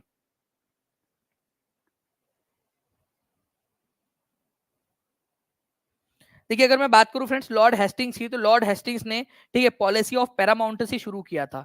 उसका क्या बोलना था कि भाई ब्रिटिशर्स जो है ना वो ज्यादा सुपीरियर रेस के हैं, हम बड़े हैं, और भारतीय राजे रजवाड़े जो है वो छोटे हैं हमसे, और इन्होंने हमको अपना बॉस मानना है। ठीक है। हमको और हमारी रानी जो है वो ब्रिटेन की रानी या राजा जो भी रहेगा, ब्रिटिश मोनार्क, उसको अपना बॉस मानना है। इसको कहते हैं पॉलिसी ऑफ पैरामाउंटेसी, सर्वोच्चता की नीति। तो सर्वोच्चता की नीति जो है फ्रेंड्स आप लोगों ने याद रखना है कि किसने स्टार्ट किया था? ठीक है। तो लॉर्ड हेस्टिंग्स ने स्टार्ट किया था। ओके। तो answer is option number D. Policy of paramountcy जो है फ्रेंड्स ये काफी सारे राजे रजवाड़ों के लिए जो है अनएक्सेप्टेबल भी थी, क्योंकि वो उनके अंदर में ये था कि भाई हम अपने राज्य में हम बड़े हैं, हम किसी और राजा को बड़ा क्यों माने। ठीक है। तो पॉलिसी ऑफ पैरामाउंटेसी ने भी काफी सारे राजाओं के मन में अनरेस्ट या फिर जो है ना एक विद्रोह पैदा कर दिया था कि भाई हम लोगों के ऊपर में फोर्स किया जा रहा है कि आप हमारे राजा रानी को अपना बॉस मानो। तो ये पॉलिसी ऑफ पैरामाउंटेसी कौन लेकर आया था? लॉर्ड हेस्टिंग्स लेकर आया था 1813 के अंदर में। ये याद रखना है, बहुत ही इंपॉर्टेंट पॉइंट है। पॉलिसी ऑफ पैरामाउंटेसी, सर्वोच्चता की नीति, कौन लेकर आया था? एनसीईआरटी में भी दिया हुआ है ये आप लोगों का। ठीक है। स्टूडेंट क्रेडिट कार्ड योजना कब शुरू की गई थी? बता दीजिए, 23वें नंबर का क्वेश्चन है। और मैं आपको बताना चाहूंगा फ्रेंड्स कि आप लोगों की जो है जैसे ही क्लास खत्म होगी आप लोगों के लिए टेस्ट भी रहेगी। तो टेस्ट जो है वो भी आप लोगों ने देना है। तो जितने भी परीक्षार्थी है सेशन को लाइक एंड शेयर करते रहेंगे, चैनल को सब्सक्राइब करते रहेंगे फ्रेंड्स, और पूरा सेशन ध्यान से देखना है आप सभी लोगों ने।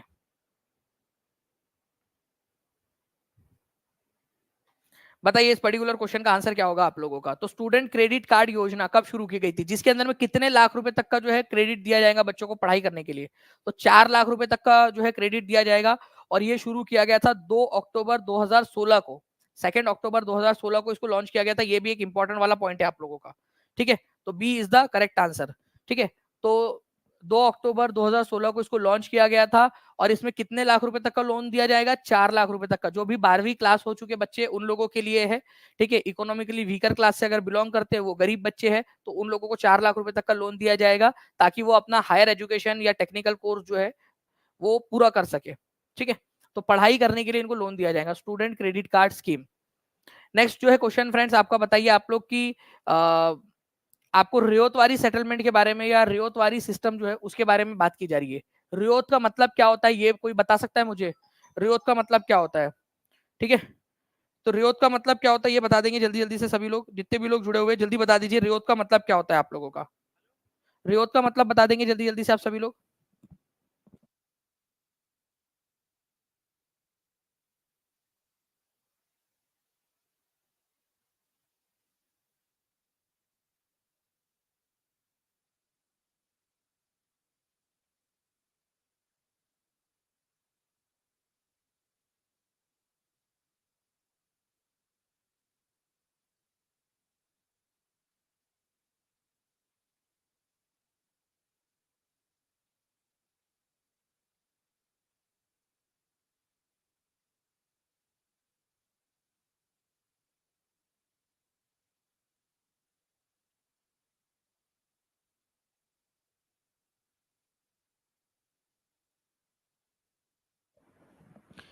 तो it was first introduced by Thomas Munro. Thomas Munro ने इसको पेश किया था। It was introduced during the tenure of Lord Minto. ठीक है, लॉर्ड मिंटो के समय में इसको पेश किया गया था। अब ध्यान से समझिए फ्रेंड्स इस पर्टिकुलर क्वेश्चन का आंसर आप लोग, ठीक है, जितने भी लोग देख रहे हैं पूरा का पूरा ये क्वेश्चन आपको अच्छे से समझाता हूं मैं। ठीक है, तो थॉमस मुनरो जो है फ्रेंड्स, इन्होंने इसको पहली बार इंट्रोड्यूस किया था, बोल रहा है ये गलत है आपका। ठीक है, थॉमस मुनरो ने नहीं, इसको सबसे पहले अलेक्जेंडर रीड नाम का एक अधिकारी था, अलेक्जेंडर, ठीक है, रीड नाम का एक अधिकारी था, उसने सबसे पहले इसको ट्राई किया था। कहां पर में ट्राई किया था इसको?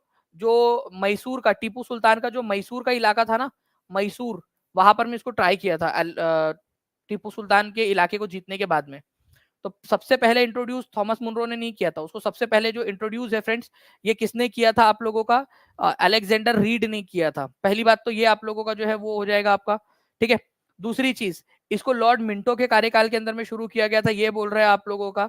तो इसको जो है फ्रेंड्स रियोतवारी सेटलमेंट जो है आप लोगों का शुरू हुआ था ना, जब उस समय में बंगाल के जो उस समय के जो गवर्नर जनरल थे, ठीक है, वो कौन थे? वो उस समय में थे लॉर्ड हेस्टिंग्स। ठीक है, लॉर्ड हेस्टिंग्स थे, ये याद रखना है आप लोगों ने। तो लॉर्ड मिंटो के समय में नहीं, लॉर्ड हेस्टिंग्स के समय में स्टार्ट हुआ था ये, हेस्टिंग्स के समय में, हेस्टिंग्स।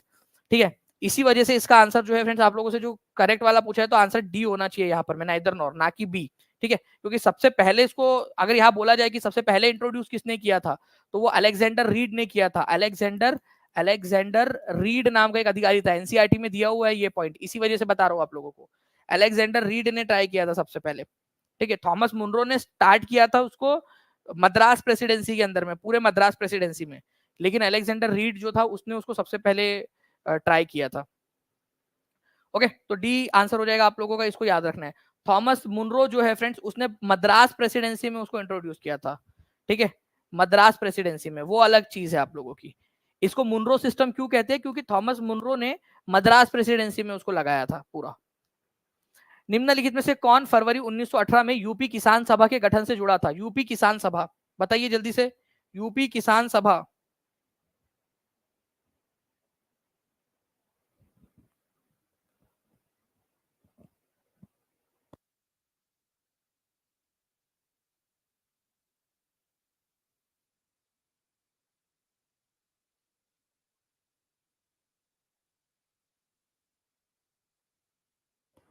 देखिए फ्रेंड्स, यूपी किसान सभा एक बहुत ही इंपॉर्टेंट आप लोगों का जो है यहाँ पर में आप लोगों ने याद रखना है। यूपी किसान सभा से, ठीक है, गठन से जुड़ा था, ये पूछ रहा है आप लोगों से। ठीक है, यहाँ पर में तो यूपी किसान सभा से जो है फ्रेंड्स गौरी शंकर मिश्र, इंद्र नारायण द्विवेदी, ठीक है, और मदन मोहन मालवीय, ये जुड़े हुए थे। तो आंसर इसका डी हो जाएगा, more than one of the above. कौन जुड़ा हुआ था ये पूछ रहा है ना, तो गौरी शंकर मिश्र, ठीक है, 1918 के अंदर में यूपी के अंदर में किसान सभा जो यूनाइटेड प्रोविंस था उसके अंदर में आपकी शुरू की गई थी। ठीक है, इंद्र नारायण द्विवेदी थे, मदन मोहन मालवीय थे। ये है आपका यूपी किसान सभा। अब जो अवध किसान सभा है वो अलग है आप लोगों का। ठीक है, अवध किसान सभा अलग है। अब मैं आप लोगों को जो है वो गौरी शंकर मिश्र, इंद्र नारायण द्विवेदी और मदन मोहन मालवीय के प्रयासों से जो 1918 में आप लोगों का स्टार्ट हुआ था ये, ठीक है, यूपी किसान सभा, उसके अंदर में बता दो एक नई निंजा टेक्निक इंट्रोड्यूस की गई थी, नाई धोबी बंद। नाई धोबी बंद मतलब नाई और धोबी को पकड़ के क्या बंद कर दो? नहीं, नाई धोबी बंद मतलब, ठीक है, मान लो यहां पर में कोई है जो है आरती यादव जी, मान लीजिए कि आप जो है एक जमींदार हो, ठीक है, और किसानों से बहुत सारा पैसा लेते हो, या एक अंग्रेज अधिकारी नहीं हो आप, ठीक है, आरती, ठीक है, आरती को यहाँ पर मैं एंटोनी यादव कर देते हो आपका नाम, ठीक है। अब आप एक अंग्रेजन हो, आप जो है बहुत ज्यादा किसानों से वो टैक्स ले रहे हो, तो क्या किया जाएगा? नाई और धोबी आपके घर में आएंगे नहीं, आपके बेटे का जो है बाल बड़े बड़े हो गए हैं, अब आप बोल रहे आके कर दो यार, देखो यार लड़की जैसा बन के घूम रहा है ये, ठीक है, बट आपके घर में कोई नाई नहीं आएगा, आपके घर में धोबी भी नहीं आएगा, अब आपको ही कपड़े धोने पड़ेंगे पूरे के पूरे, ठीक है, धोबी भी नहीं आएगा, वॉशरमैन भी नहीं आएगा आपके घर में। तो नाई धोबी बंद एक सामाजिक बहिष्कार था, जिससे के जो जमींदार थे या फिर जो अंग्रेज थे, उनको सामाजिक बहिष्कार करने की योजना थी यहाँ पर में। ठीक है, अब सोचो नाई भी नहीं आ रहा आपके घर में, नाई आपकी मदद नहीं कर रहा, धोबी नहीं आ रहा, ठीक है, तो कितनी दिक्कत वाली बात है। तो सबसे पहले जो है फ्रेंड्स उत्तर प्रदेश किसान सभा या यूपी किसान सभा के अंतर्गत प्रतापगढ़ जिले के अंदर में इसको जो है फ्रेंड्स आजमाया गया था। तो नाई धोबी बहिष्कार, ठीक है, कब हुआ था आपका? 1919 के अंदर में, ठीक है, 1919 के अंदर में यूपी किसान सभा के अंतर्गत किसानों ने प्रतापगढ़ जिले के अंदर में इसको किया था। ठीक है, तो ये याद रखना है आप लोगों ने। बाकी इसमें जुड़े कौन थे? गौरी शंकर मिश्रा, इंद्र नारायण द्विवेदी और मदन मोहन मालवीय इस आंदोलन से जुड़े हुए थे। नाउ फ्रेंड्स, वुड के 1854 के प्रेक्षक के संबंध में निम्नलिखित कथनों पर विचार कीजिए। Consider the following statement regarding Wood's dispatch of 1854। 1854 के, ठीक है, वुड्स डिस्पैच से रिलेटेड बात करनी है आप लोगों ने। और जल्दी जल्दी से फ्रेंड्स सेशन को लाइक एंड शेयर करते रहेंगे। 4500 लाइक्स आप लोगों ने कर दिए हैं और आंसर आगे में आप लोगों को करना है।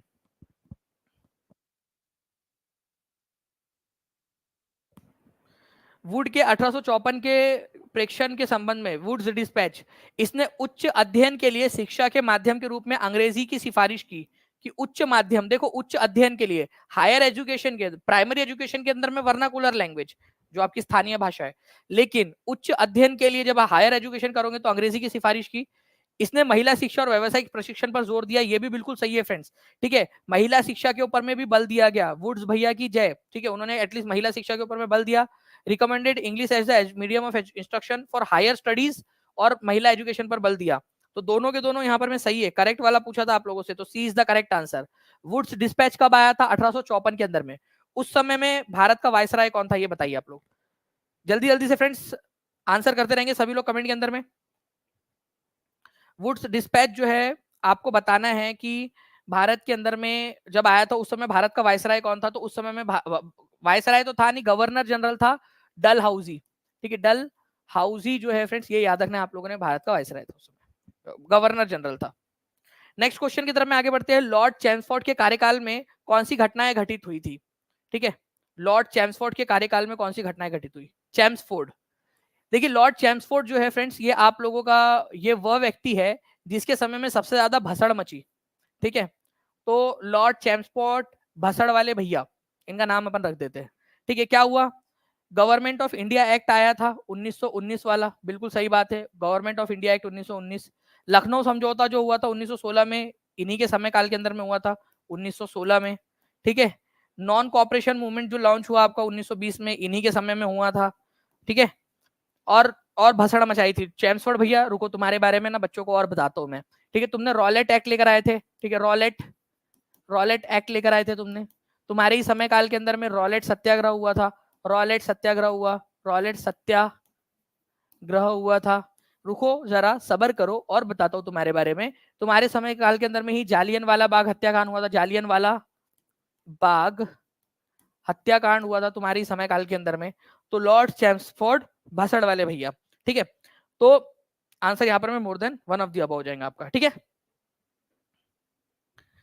तो ये थोड़ा सा आप लोग याद रखोगे फ्रेंड्स, ये सारी की सारी चीजें लॉर्ड चैम्सफोर्ड के समय में हुई थी, उस समय में भारत के वायसराय थे ये। ठीक है, तो answer is option number D, more than one of the above. Next question की तरफ में हम लोग आगे बढ़ते हैं फ्रेंड्स हमारे। देखिए कितनी सारी चीजें हुई थी उनके समय में। ओके, उत्तर प्रदेश किसान सभा के बारे में आप लोग बताइए कौन सा वाला पॉइंट सही है। 28वें नंबर का क्वेश्चन।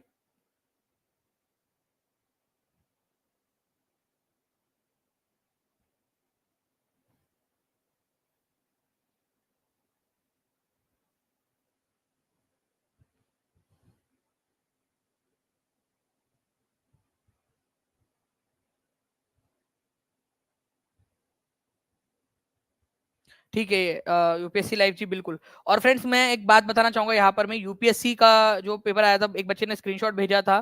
ठीक है, तो उसका मैं अभी आपको स्क्रीनशॉट भी दिखाता हूँ। यूपीएससी के अंदर में फ्रेंड्स कल जो पेपर हुआ है, ठीक है, जिन बच्चों ने भी परसों के दिन जो पेपर हुआ था, जिन बच्चों ने दिया उन लोगों ने देखा होगा कि बहुत सारे क्वेश्चन जो है फ्रेंड्स वो हमसे मैच किए जो हम लोगों ने पढ़ा है।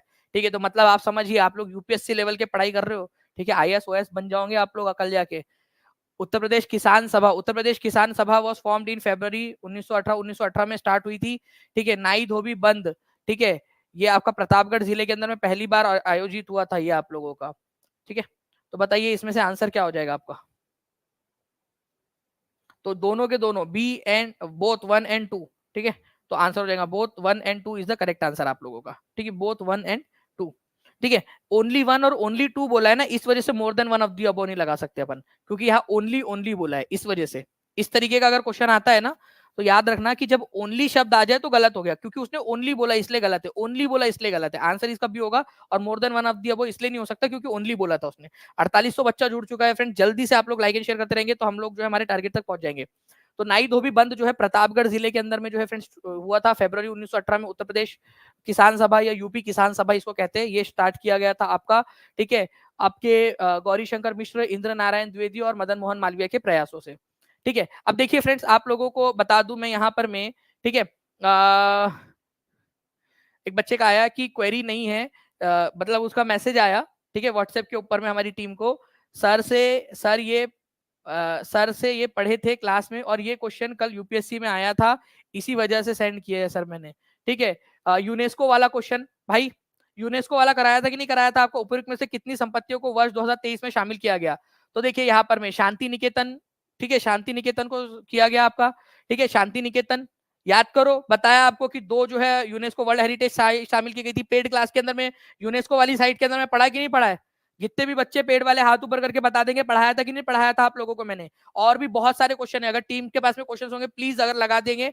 होयसाला का पवित्र मंदिर, ठीक है, होयसाला का, ये आपको बताया था कि ये 2 जो है आप लोगों के शामिल किए गए, 2 ही शामिल किए गए थे। आप नहीं भी पढ़ते ना कौन से शामिल किए गए, यहाँ पर मैं बोला गया है केवल 2 जो है, यहाँ पर में केवल 1, केवल 2, केवल 3, केवल 4 नहीं है यहाँ पर में, मतलब कि केवल 2, मतलब कि 2 शामिल किए गए थे। कितने थे? 1 और 3 था ना, तो 2 हो गए ना ये मिलाकर, ठीक है, 2 हो गए यहाँ पर में, तो आंसर इसका ऑप्शन नंबर बी था 2, ठीक है, 2 शामिल किए गए थे, ऐसा इसका मतलब था।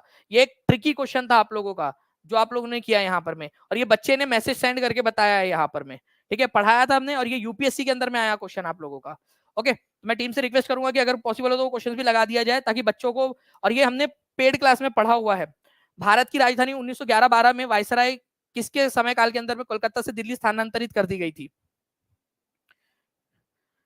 तो फ्रेंड्स किसके शासनकाल के अंदर में राजधानी को 1911-12 में वायसराय, कौन से वायसराय के समय काल में शामिल कर दी गई थी? तो लॉर्ड हर्डिंग थे वो। लेकिन आपको याद करो, जब वायसराय गवर्नर जनरल और वायसराय बता रहा था तब बोला था मैंने आपको कि भाइयों और उन सभी की बहनों याद रखो कि आपका लॉर्ड हर्डिंग थे, बट वो लॉर्ड हर्डिंग 2 थे। लॉर्ड हर्डिंग 1 और लॉर्ड हर्डिंग 2, 2 ऐसे लॉर्ड हर्डिंग हुए हैं। तो लॉर्ड हर्डिंग द सेकेंड, ठीक है, मतलब दूसरे नंबर के जो थे तुम्हारे चचा, ठीक है, लॉर्ड हर्डिंग सेकंड, जिन बच्चों ने भी पढ़ा था अच्छे से उनको याद होगा। और ये क्वेश्चन मैंने बार बार प्रैक्टिस कराया था, कम से कम 3-4 क्वेश्चन मैंने लिए थे बार बार क्लास में, ताकि आपको याद हो जाए, और बच्चों को याद भी हो गए होंगे ऐसा मुझे उम्मीद है। Lord herding the second, herding herding हम बोल देते हैं प्यार इसमें, लेकिन लॉर्ड हर्डिंग द सेकंड बोलना है हम लोगों ने उनको, ताकि ज्यादा बेहतर तरीके से वो हो उनका। तो लॉर्ड हर्डिंग द सेकंड कौन थे? अब 15 मार्च 2024 को जो लीक पेपर था उसके अंदर में दिल्ली दरबार भराया गया था, कौन आए थे? जॉर्ज 5। किसने घोषणा की थी कि दिल्ली जो है वो राजधानी होगी कलकत्ता की जगह पे? किसने घोषणा की थी? तो तुम्हारे अंकल जॉर्ज पंचम ने घोषणा की थी, ठीक है, जॉर्ज पंचम ने दिसंबर 1911 के अंदर में, ठीक है, जॉर्ज 5 ने, जॉर्ज पंचम।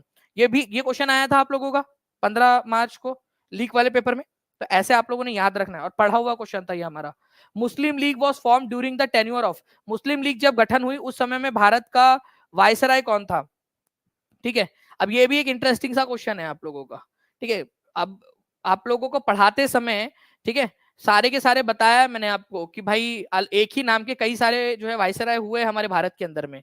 तो लॉर्ड मिंटो के समय में बना था। देखो मुस्लिम लीग की स्थापना हुई थी 1906 के अंदर में, डेक्का में, जिसको ढाका भी बोलते हो आप लोग, ठीक है, ढाका बोलते हो, ठीक है, ढाका इंग्लिश में इस तरीके से लिखते हैं डेक्का, लॉर्ड मिंटो। लेकिन वो लॉर्ड मिंटो द सेकंड थे, ये भी बोला था आपको कि लॉर्ड मिंटो द सेकंड थे वो, लॉर्ड मिंटो 1 अलग थे, लॉर्ड मिंटो, ठीक है आपके। लेकिन यहां पर मैं बात हो रही है लॉर्ड मिंटो द सेकंड होगा इसका आंसर, ठीक है, Minto the second. Lord Minto हम बोलते हैं मॉर्ले मिंटो रिफॉर्म्स, उसको ऐसा बोलना चाहिए, मॉर्ले मिंटो सेकंड रिफॉर्म ऐसा बोलना चाहिए अपन लोगों ने, बट वो जनरली शॉर्ट के अंदर में बोल दिया जाता है। तो अगर ऐसा कॉम्प्लिकेटेड क्वेश्चन है आप लोगों से तो उस समय क्या करना है आपने, वो सिखा रहा हूं आपको मैं, कि लॉर्ड मिंटो थे लेकिन लॉर्ड मिंटो भी सेकंड वाले थे। क्या लुल्लू पुच्चू वाले क्वेश्चन कराओ आप लोगों को? आप लोग चाहते हो कि अभी करा दे इस तरीके से टफ वाले क्वेश्चन करा के आपको प्रैक्टिस करानी कि नहीं करानी है, पेपर क्लियर कराना है कि नहीं कराना है आप लोगों को? ठीक है, ओके, चलिए, Lord Minto the second, okay, इन्हीं के समय काल के अंदर में स्वदेशी आंदोलन शुरू हुआ था। जो इनके पहले वाले भैया थे लॉर्ड कर्जन, उन्होंने भसड़ मचा के गए थे। लॉर्ड कर्जन ने कौन सी वाली भसड़ मचाई थी बताओ? लॉर्ड कर्जन ने बंगाल का बंटवारा कर दिया, और उसका फिर तबादला कर दिया गया। अब तबादला कर दिया गया उसका, ठीक है, आपका ओके। और तबादला करने के बाद में जो है स्वदेशी आंदोलन आप लोगों का शुरू हुआ, वो हुआ लॉर्ड मिंटो टू के समय में। कांग्रेस में स्प्लिट हुआ था, सूरत स्प्लिट 1907 में, उसके बारे में भी पूरी हमने ध्यान से पढ़ा है, पूरा सूरत स्प्लिट, ठीक है। 1907 में इन्हीं के समय काल में हुआ। मुस्लिम लीग की स्थापना, मॉर्ले मिंटो रिफॉर्म्स 1909 का, ठीक है। तो दिसंबर 1906 में ढाका में नवाब सलीमुल्लाह और आगा खान, इनके एक साथी थे आगा खान, मेन व्यक्ति ये थे जिन्होंने इसकी स्थापना की थी ना। फ्रेंड देखिए, ये वो क्वेश्चन था आपका जो एग्जाम में आया था, यूपीएससी के एग्जाम के अंदर में, और मुझे लगता है मेरा हर एक बच्चा इसका आंसर कर पाएगा। बताइए, इसका आंसर करिए जल्दी से। ये वो क्वेश्चन जो एग्जाम के अंदर में, यूपीएससी के एग्जाम के अंदर में पूछा गया। अच्छा, अब एक चीज और आप लोगों की, ठीक है, आपको बताना चाहूंगा मैं।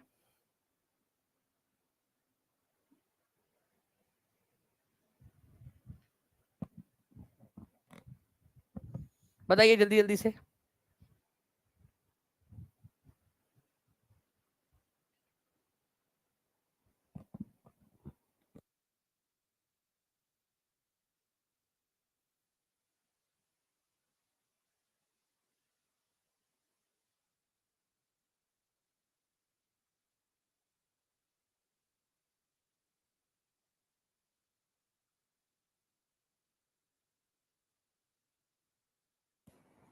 चलिए, तो आंसर जो है फ्रेंड्स आप लोग यहाँ पर मैं कर दिया आप सभी लोगों ने, शांति निकेतन और होयसाला, ठीक है। तो दो है तो दो, दो यहाँ पर मैं ऐड किया। केवल दो मतलब ये केवल दो वाला नहीं, केवल दो मतलब कि कितने हैं, ठीक है, कितनी जारी की गई है, तो दो को शामिल किया गया है। अच्छा, प्रत्येक वर्ष 21 जून को निम्नलिखित में से किस अक्षांश पर 12 घंटे से अधिक समय का प्रकाश रहता है? कौन से इस पे रहता है भाई लोग? कितना सिंपल क्वेश्चन है आप लोगों का, किसके ऊपर में रहता है 12 घंटे से अधिक का प्रकाश? तो जो है फ्रेंड्स आप लोग ध्यान से समझिए, 12 घंटे से अधिक जो है प्रकाश आपका एक तो कर्क रेखा के ऊपर में रहता है और एक उत्तरी ध्रुव के ऊपर में, क्योंकि हमारी पृथ्वी, ठीक है, इस तरीके से झुकी हुई है, यहाँ पर मैं मान लो ये इक्वेटर है, तो कर्क रेखा पर तो पड़ेगा ही, साथ ही साथ उत्तरी ध्रुव जो है वहां पर में भी रहता है आपका 12 घंटे से ज्यादा का, वो तो 6 महीने तक पूरा रहता है, तो 6 महीने 12 घंटे से ज्यादा हो गया ना आपका, ठीक है। तो भाई 21 जून की बात हो रही है आप लोगों से, इक्वेटर की बात, भाई इक्वेटर जो है आप लोगों का 21 मार्च और 23 सितंबर है वो इक्वेटर वाला, तो ये कर्क रेखा और उत्तरी ध्रुव के ऊपर में रहता है। तो इसका भी आंसर जो है आप लोगों का क्या हो जाएगा, 2 और 4 था आपका इसका आंसर, ठीक है। तो ये क्वेश्चन था जो हम लोगों ने पढ़ा हुआ क्वेश्चन है कि भाई कहां पर में रहता है, उत्तरी ध्रुव सूरज की तरफ में झुका हुआ होता है 21 जून में, तो 21 जून में वहां तो ज्यादा है ना, 12 घंटे से ज्यादा तक धूप रहेंगी, और कर्क रेखा पर भी 12 घंटे से ज्यादा की धूप रहती है आप लोगों की। ये वाला क्वेश्चन था इसका। अच्छा, ये देखिए आप लोग, धुआंधार जलप्रपात, अब बता देना यहाँ पर मैं, धुआंधार जलप्रपात जो है आप लोगों का बताइए, बताया कि नहीं बताया आपको कि नर्मदा नदी के ऊपर में जितने बच्चे हैं यहाँ पर में, ठीक है। देखिए यहाँ पर मैं 7 से 8 क्वेश्चन डायरेक्टली बोल रहा है कि जीएस के अंदर में से अगर 20-25 क्वेश्चन जो जीएस के आए थे ना, उसमें से 7-8 क्वेश्चन डायरेक्टली थे और बाकी के क्वेश्चन भी आप लोगों के पढ़े हुए थे, ठीक है। तो देखिए धुआंधार जलप्रपात जो है आपका नर्मदा नदी के ऊपर में, बिल्कुल सही बात है आप लोगों का। हुंड्रू जलप्रपात अभी थोड़े दिन पहले बताया था मैंने आपको, हुंड्रू जलप्रपात, बताइए हुंड्रू जलप्रपात जो है था कि नहीं था आप लोगों का, सुवर्ण रेखा नदी के ऊपर में बना हुआ है, आपका रांची के अंदर में सुवर्ण रेखा नदी के ऊपर में हुंड्रू जलप्रपात अभी कराया है। अगर टीम प्लीज उसका स्क्रीनशॉट निकाल सके, हुंड्रू जलप्रपात वाला जो हमने पढ़ाया था, सुवर्ण रेखा नदी के ऊपर में डायरेक्ट बताया था। देखिए क्वेश्चन आया अभी सिर्फ 3 से 4 दिन पहले बताया था आपको, ठीक है। गेरसोपा, गेरसोपा बेसिकली जो है फ्रेंड्स आप लोगों का जो है ना, ये जोग जलप्रपात जो है उसी को कहते हैं आप लोग, जोग जोग वाटरफॉल जो है उसी को कहते हैं। और जोग जलप्रपात आपका शरावती नदी के ऊपर में, शरावती नदी पर, शरावती के ऊपर में, तो ये आपका गलत था। गेरसोपा जोग एक ही बात है, शरावती, तो पहला और दूसरा सही है, मतलब केवल 2 सही है। अब यहाँ पर मैं ना ये नहीं बोलते कि कौन सा सही है, कितने सही है, ऐसे क्वेश्चन आते हैं आजकल एग्जाम के अंदर में। मध्य एशिया, ठीक है, में वोस्जेस पर्वत श्रृंखला है आप लोगों की, वलित पर्वत, मध्य एशिया में वोस्जेस, भाई वोस्जेस यूरोप के अंदर में है भाई लोग, वोस्जेस यूरोप के अंदर में, मारो इसको गोली। एल्प्स यूरो, एल्प्स वाला बताओ, बताया कि नहीं बताया मैंने एल्प्स आपको? एल्प्स जो है आप लोगों का क्या है, फोल्ड माउंटेन है, फोल्ड माउंटेन है एल्प्स आप लोगों का। वली आपका जो है वलित पर्वत है, भ्रंशोत नहीं है ये, तो यूरोप में है एल्प्स, यहाँ सही है, लेकिन यहाँ गलत हो गया, ये गलत है आपका, ठीक है, तो ये वाला गलत हो जाएगा। एप्लेशियन पर्वत आपका वलित पर्वत है, उत्तरी अमेरिका में है, ये बिल्कुल सही है। एंडीज पर्वत वलित पर्वत है, दक्षिण अमेरिका में है, ये बिल्कुल सही है। तो तीसरा और चौथा सही था यहाँ पर में, तो यहाँ पर में भी आपका केवल 2 आंसर होगा, ठीक है। अब भाई यूपीएससी का क्वेश्चन आप लोगों का, अगर आप लोगों ने सही से लेक्चर देखा है, जो बच्चा रिवीजन करता है ना यहाँ पर मैं मेरे से, ये यूपीएससी का संडे के दिन जो पेपर हुआ उसका आंसर करा रहा हूँ आप लोगों को, ठीक है। आपको पता है उसका कट ऑफ कितना जाता है? 100 में से 105, 102, 103, 200 में से आप लोगों का 200 में से 105, 103, आधा आधा पेपर केवल सही करना था आप लोगों ने और आप लोगों का प्रीलिम्स क्लियर हो जाता। तो जो बच्चे यहाँ पढ़ रहे हैं ना उन लोगों को बता रहा हूँ डायरेक्टली क्वेश्चन, ये क्वेश्चन जो है फ्रेंड्स और भी आप लोगों को क्वेश्चन करवा दूंगा मैं अगर आप लोग कहोगे तो। चलिए जल्दी से हम लोग जो है यहाँ पर मैं आप लोग करवाते हैं, ठीक है। सर ये यूपीएससी का पेपर अगर आपको मिला हो तो प्लीज क्वेश्चन सॉल्व करा दीजिएगा। बिल्कुल मैं करवा दूंगा आप लोगों को पूरा का पूरा पेपर सॉल्व। आप बताइए देखिए कितना आसानी से सॉल्व कर पा रहे हैं हम लोग, ठीक है। धुआंधार कपिल धारा दोनों नर्मदा पर है सर, आपने बताया है सर। चलिए देखिए यूपीएससी लाइव बोल रहे हैं, आपने बताया है बिल्कुल। बहुत सारे क्वेश्चन सर आपके बताए हुए आए थे सर, देखिए बता रहे यहाँ पर मैं बिल्कुल। तो आप ऐसे ही देखते रहिए यहाँ पर में। Demand for Tebhaga peasant movement in Bengal was Tebhaga. देखो तिभागा का मतलब भी होता है 3 भाग चाहिए भाई हमको, कितने में से? 4 में से 3 भाग चाहिए, तो 3/4 भाग हमको चाहिए, मतलब कि 75% चाहिए, ठीक है। तो जो भी फसल उगेंगी, मतलब मान लो 100 किलो चावल उगाया है, 100 किलो चावल, तो ये किसान बोल रहे थे कि हमको 75 किलो हम रखेंगे, 25 किलो आपको देंगे, जो जमींदार थे या जो भी लोग थे उनको। तो तिभागा, ठीक है। ये बोल रहे थे कि भाई जो शेयर है लैंडलॉर्ड का 1/2 से उसको जो है 1/3 कर दिया जाए, आप लोगों का तिभागा कर दिया जाए, मतलब 3 जो है आपको मिलना चाहिए यहाँ पर में तिभागा। ओके, तो ये बेसिकली मांग थी आपकी, किसकी? किसानों की मांग थी। Okay, reduce the share of landlord from 1/2 to 1/3, ठीक है। तिभागा, ये याद रखना है आप लोगों ने। जो लैंडलॉर्ड है उन लोगों की ओनरशिप को कम कर दिया जाए, उनकी जो है यहाँ पर में उनको कम मिलना चाहिए शेयर, और जो एक्चुअल किसान उस खेती के ऊपर में काम कर रहे हैं उनको ज्यादा मिलना चाहिए। अदरवाइज क्या था, आधा आधा था यहाँ पर में, कि आधा आधा इन लोगों का डिवाइड किया हुआ था।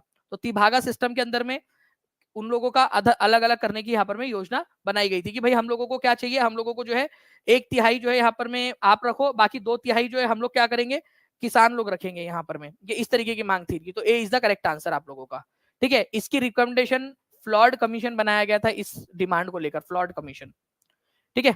और इसका इस मांग का तिभागा आंदोलन जो था इसका इसका नेतृत्व किसने किया था, ठीक है? कंपरम सिंह और भवन सिंह ने, कंपरम सिंह और भवन सिंह।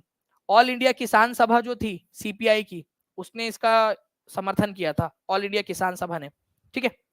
कंपरन सिंह और भवन सिंह ये नेता थे तिभागा आंदोलन के। ऑल इंडिया किसान सभा ने भी इसका समर्थन किया। ऑल इंडिया किसान सभा कम्युनिस्ट पार्टी ऑफ इंडिया की एक विंग थी। अच्छा ये देखिए आपको हुंड्रू जलप्रपात ये टीम ने लगा दिया है। कौन सी तारीख का है भाई ये, यहाँ पर में अगर आ जाता तो देखिए 12,000 से ज्यादा बच्चों ने लाइक कर दिया है इसको, ठीक है। इतने सारे बच्चे देख भी चुके हैं। हुंड्रू जलप्रपात कौन से रिवर पर है, पूछा था कि नहीं पूछा था आप लोगों से मैंने सवाल ये। और आप लोग यहाँ पर में देखिए हुंड्रू जलप्रपात वाला जो है आप लोगों को आया भी है यहाँ पर में, हुंड्रू जलप्रपात सुवर्ण रेखा नदी के ऊपर में है। ओके, और आपको इस लेक्चर के अंदर में बताया भी था, तो डायरेक्टली जो हमने पढ़ा है उसी से रिलेटेड क्वेश्चन आया। आपका टीआरई भी क्लियर होगा, ये बता रहा हूँ आप लोगों को, अच्छे से पढ़ते रहिए आप सभी लोग। जो बच्चा पढ़ेगा वो आगे बढ़ेगा। ये देखिए सुवर्ण रेखा नदी के ऊपर में, ये दानिश सर, ये सुवर्ण रेखा नदी रांची में है, झारखंड के अंदर में, आपको बताया था ये वाला क्वेश्चन मैंने, ठीक है। 1,41,000 बच्चों ने देखा हुआ है इस क्वेश्चन को, ठीक है। निम्नलिखित में से किसने इंग्लिश ईस्ट इंडिया कंपनी का संस्थापक, ठीक है, संस्थापक चार्टर जारी किया था? ईस्ट इंडिया कंपनी की स्थापना जो है फ्रेंड्स 1599 से लेकर सन 1600 के बीच में हुई थी।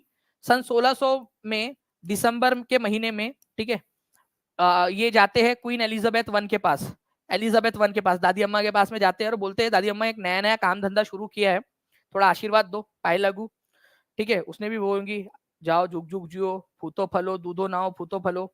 उन्होंने फिर पूछा होगा दादी अम्मा तुम्हारे पैर का दर्द कैसा है, घुटनों का दर्द कैसा है, संधि सुधा तेल वगैरह जा रहे हैं हम लोग इंडिया, उधर से लाकर दूं क्या? वो बोले होंगे हाँ बेटा ला देना यार थोड़ा सा, ठीक है, तुम ही लोग हो पूछ रहे, नहीं तो मेरे बच्चे तो आ ही नहीं रहे पूछने मेरे से। तो क्वीन एलिजाबेथ वन से उन्होंने ऐसी बात की होंगी, मैं ऐसा इमेजिन करता हूँ थोड़ा बहुत। फिर चुपके से बोला होगा देखो अम्मा काम धंधा शुरू किए, बड़े मुश्किल से पैसे उसे जमा करके भारत जा रहे उधर व्यापार करने। अब तुम ही सोचो कि अगर और बाकी की कंपनी भी आएंगी हमारे साथ में वो करने के लिए, व्यापार करने, कितनी बुरी बात है अम्मा। कंपटीशन बढ़ेगा, पैसे नहीं कमा पाएंगे, उधार लेकर चालू करे, यहाँ पर में इतने सारे लोग हैं। एलिजाबेथ बोलूंगी बात तो सही है बेटा, बट क्या करे, अब ऐसा करना पड़ता, मेहनत उन्नत करनी पड़ती। फिर उन्होंने चुपके से बोला होगा, अम्मा एक काम करते ना, आप जो है ना थोड़े दिन के लिए हमको एक एकाधिकार दे दो कि कोई हमसे कंपटीशन ना करे।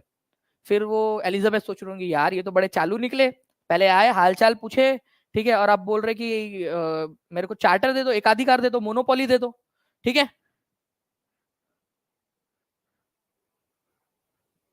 ओके, तो इस तरीके से फ्रेंड्स एलिजाबेथ प्रथम जो थे, ठीक है, उन्होंने इनको एकाधिकार जारी कर दिया, चार्टर जारी कर दिया कि जा, अब आशीर्वाद दे दी, हालचाल पूछ लिया, अब क्या ऐसे मना करना अच्छा नहीं लगता। तो उसने क्या की, 15 साल के लिए ईस्ट इंडिया कंपनी को 15 ईयर्स के लिए एकाधिकार दे दिया, मोनोपोली बोलते हैं इसको, मोनोपोली, मोनोपोली, कि 15 साल तक कोई दूसरी इंग्लैंड की कोई दूसरी कंपनी इनके साथ में कंपटीशन नहीं करेगी, ठीक है। ओके, तो 15 साल के लिए दिया था, बाद में जो है वो जेम्स जो वन था उसने इसको बढ़ाकर अगले आदेश तक कर दिया था, एलिजाबेथ वन। ओके, ये याद रखना आप सभी लोगों ने, ए इज द करेक्ट आंसर। 31 दिसंबर सन 1600 की बात है ये। बताइए इनमें से कौन सा वाला कथन गलत है, जल्दी जल्दी से। और 5,000 प्लस लाइक्स हो चुके हैं फ्रेंड्स, कॉन्ग्रेचुलेशन आप सभी लोगों को। बताइए।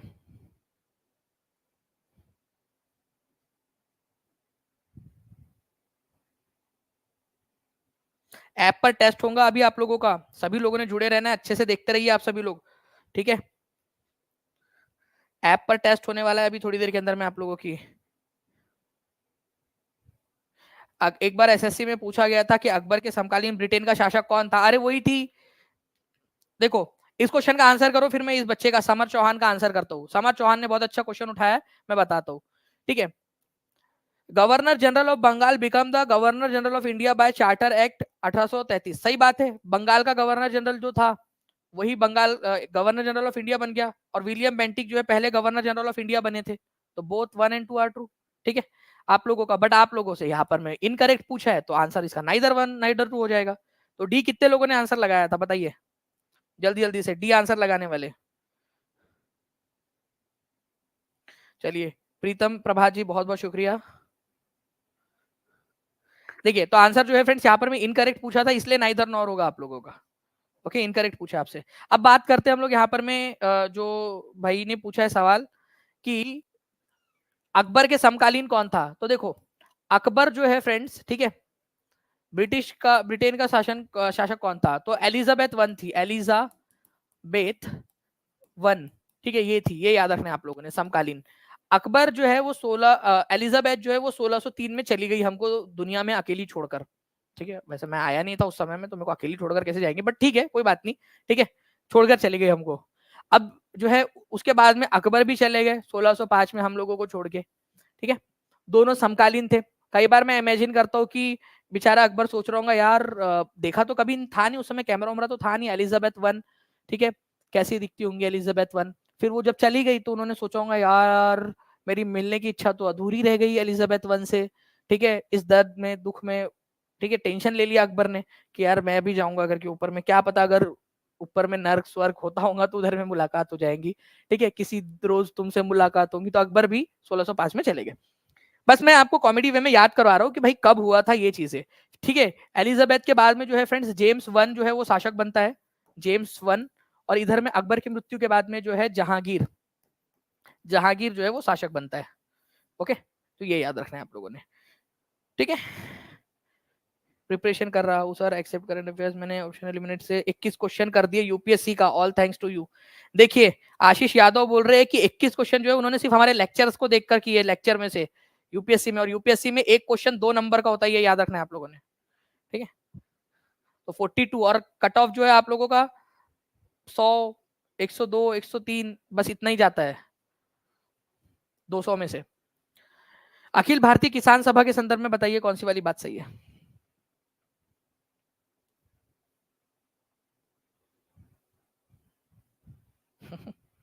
पूजा मैम जी,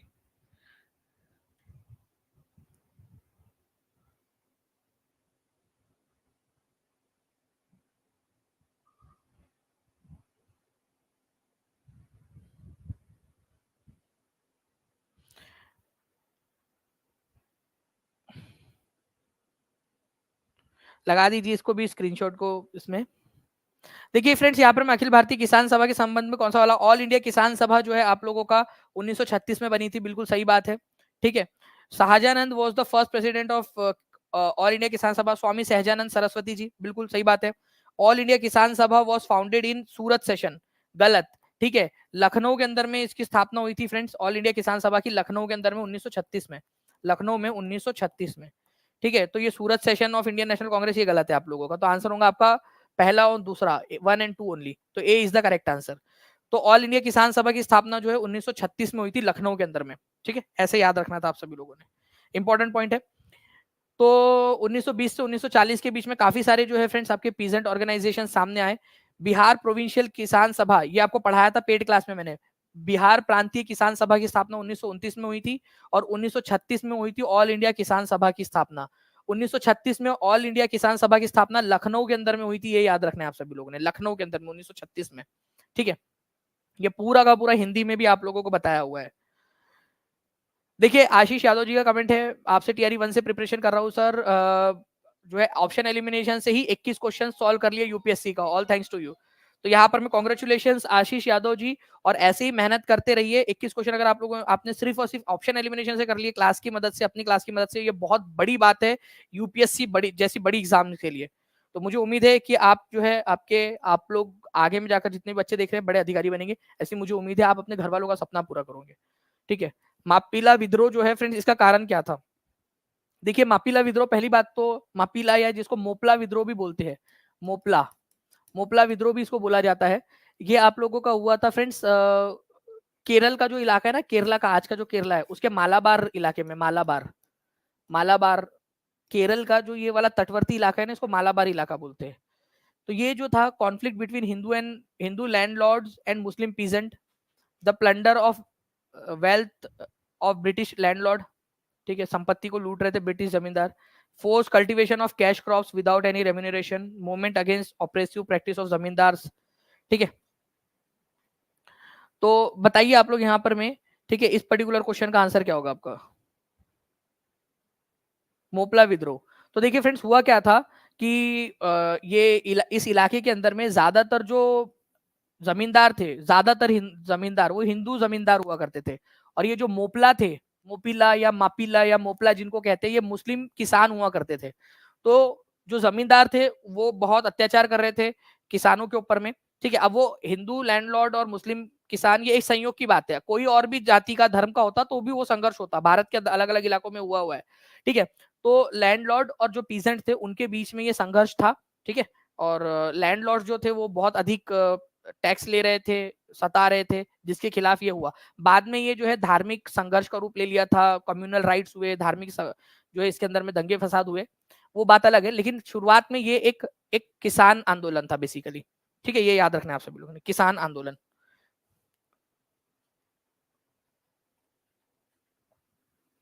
देखिए फ्रेंड्स, एक क्वेश्चन है आप लोगों का, 1870 से 1880 के दशक की शुरुआत में पूर्वी बंगाल के बड़े हिस्से अशांति से घिरे हुए थे। अशांति के संबंध में निम्नलिखित में से कौन सा कथन सही नहीं है?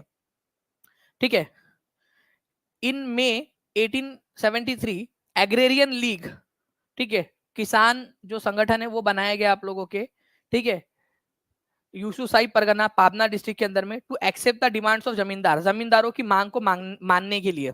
अच्छा, आप बताओ, अपन लोग तो पागल, किसान लोग, कि भाई मतलब किस जमींदारों की मांग को मानने के लिए एक संगठन बनाएंगे? अरे मांग मानना है तो ऐसे ही मान लेंगे, संगठन क्यों बनाएंगे?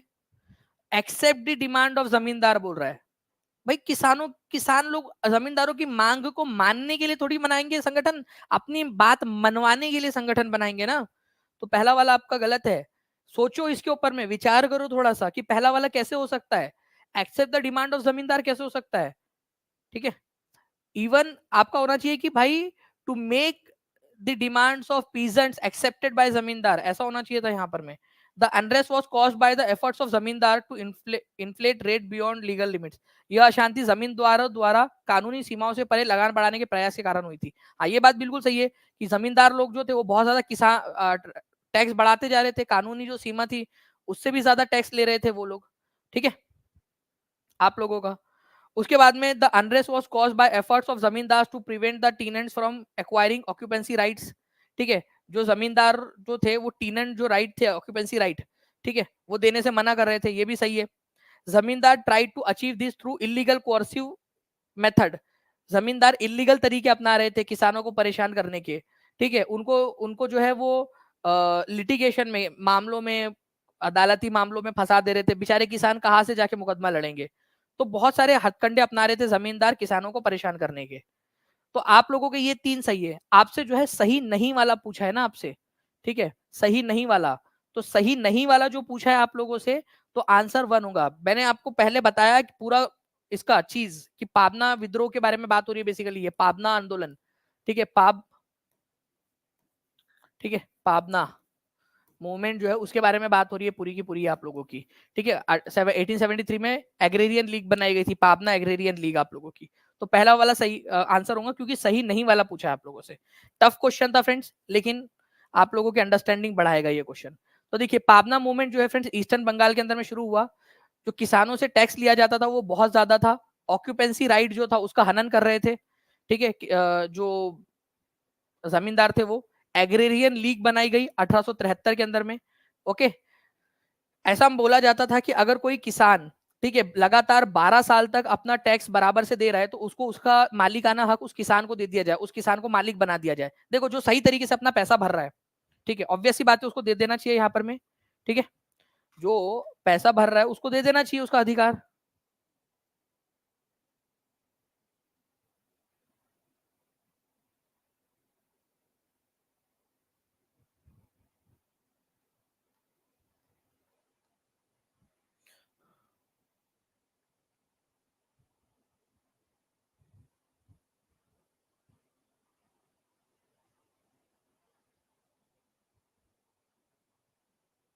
ओके, तो 12 ईयर्स जो है फ्रेंड्स, ये याद रखना है आप लोगों ने, उनको अधिकार मिल जाना चाहिए था, लेकिन जमींदार दे नहीं रहे थे। जमींदार उल्टा जो है उनसे ज्यादा पैसे ले रहे थे। ठीक है, तो क्या किया गया यहाँ पर में, पाबना एग्रेरियन लीग की स्थापना की गई, ताकि अंग्रेजों से और किसानों से अपनी बात मनवा सके, और जमींदारों से अपनी बात मनवा सके। और finally Bengal tenancy act pass हुआ 1885 के अंदर में। बंकिम चंद्र चटर्जी, ठीक है, आरसी दत्त, ठीक है, और इंडियन एसोसिएशन के सुरेंद्रनाथ बैनर्जी, इन्होंने भी इनका समर्थन किया था पाबना मूवमेंट का। बताइए यहाँ पर में ट्रीटी ऑफ यांडाबो, ठीक है, किसके किसके बीच में हुई थी? यांडाबो की संधि निम्नलिखित में से किस युद्ध के भाग के रूप में संपन्न हुई? यांडाबो की संधि। देखो फ्रेंड्स, 3 एंग्लो बर्मीज वॉर हुए। ठीक है, 3 एंग्लो बर्मी वॉर, एंग्लो बर्मा वॉर। ठीक है, जो पहला एंग्लो बर्मा वॉर था आप लोगों का, ठीक है, वो 1824 से 1826 के बीच में हुआ। पहला एंग्लो बर्मा वॉर 1824 से 1826 के बीच में, एंग्लो बर्मा। ठीक है, 3 हुए, तीसरे में तो पूरी तरह से उसको कब्जे में ले लिया गया था। तो पहला एंग्लो बर्मा वॉर जो था, ठीक है, उस युद्ध की समाप्ता, ठीक है, समाप्त हुआ ट्रीटी ऑफ यंडाबो से। तो treaty of Yandabo first Anglo Burmese war से रिलेटेड है। ठीक है, ट्रीटी ऑफ यंडाबो, यंडाबो नाम की जगह पर हुई थी बर्मा में, इसी वजह से ट्रीटी ऑफ यंडाबो बोलते हैं इसको। ठीक है, फर्स्ट एंग्लो बर्मीज वॉर के बाद में। ठीक है, तो पहला एंग्लो जो है आप लोगों का फ्रेंड्स मैसूर वॉर, दूसरा एंग्लो मैसूर वॉर, तीसरा मैसूर वॉर, चौथा एंग्लो मैसूर वॉर, ये अलग चीज है आप लोगों की। तो मैसूर वॉर के बारे में भी आप लोगों को पता होना चाहिए। ठीक है, जो मैसूर वॉर हुए थे आप लोगों के। अभी जो हम बात कर रहे हैं वो है बर्मा युद्ध के बारे में, बर्मा वॉर के बारे में। ठीक है, तो ये एंग्लो मैसूर वॉर आ गया यहाँ पर स्लाइड, लेकिन आप लोग चलिए आ गए तो अब याद भी रख लेना कि एंग्लो मैसूर वॉर भी आप लोगों के हुए थे करके। ठीक है, 4। देखिए, एंग्लो मैसूर वॉर और ईस्ट इंडिया कंपनी के बीच दूसरे एंग्लो मैसूर युद्ध किस वर्ष लड़ा गया था? ये आप लोग देख सकते हो यहाँ पर में। पहला एंग्लो मैसूर वॉर, दूसरा एंग्लो मैसूर वॉर, तीसरा, चौथा। तो दूसरा एंग्लो मैसूर वॉर आपका लड़ा गया था 1780 से 1784 के बीच में। ठीक है, 1780 से 1784 के बीच में।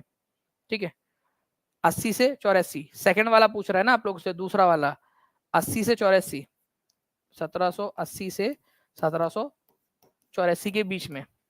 ठीक है, तो 80 से 84 के बीच में लड़ा गया।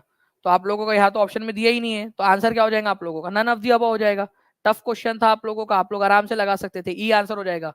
ठीक है, तो यहाँ पर मैं देखिए कि पहला एंग्लो मैसूर वॉर 1767 से 69 के बीच में हुआ। ठीक है, एंग्लो मतलब अंग्रेज और मैसूर मतलब मैसूर रियासत जो थी वो, ठीक है।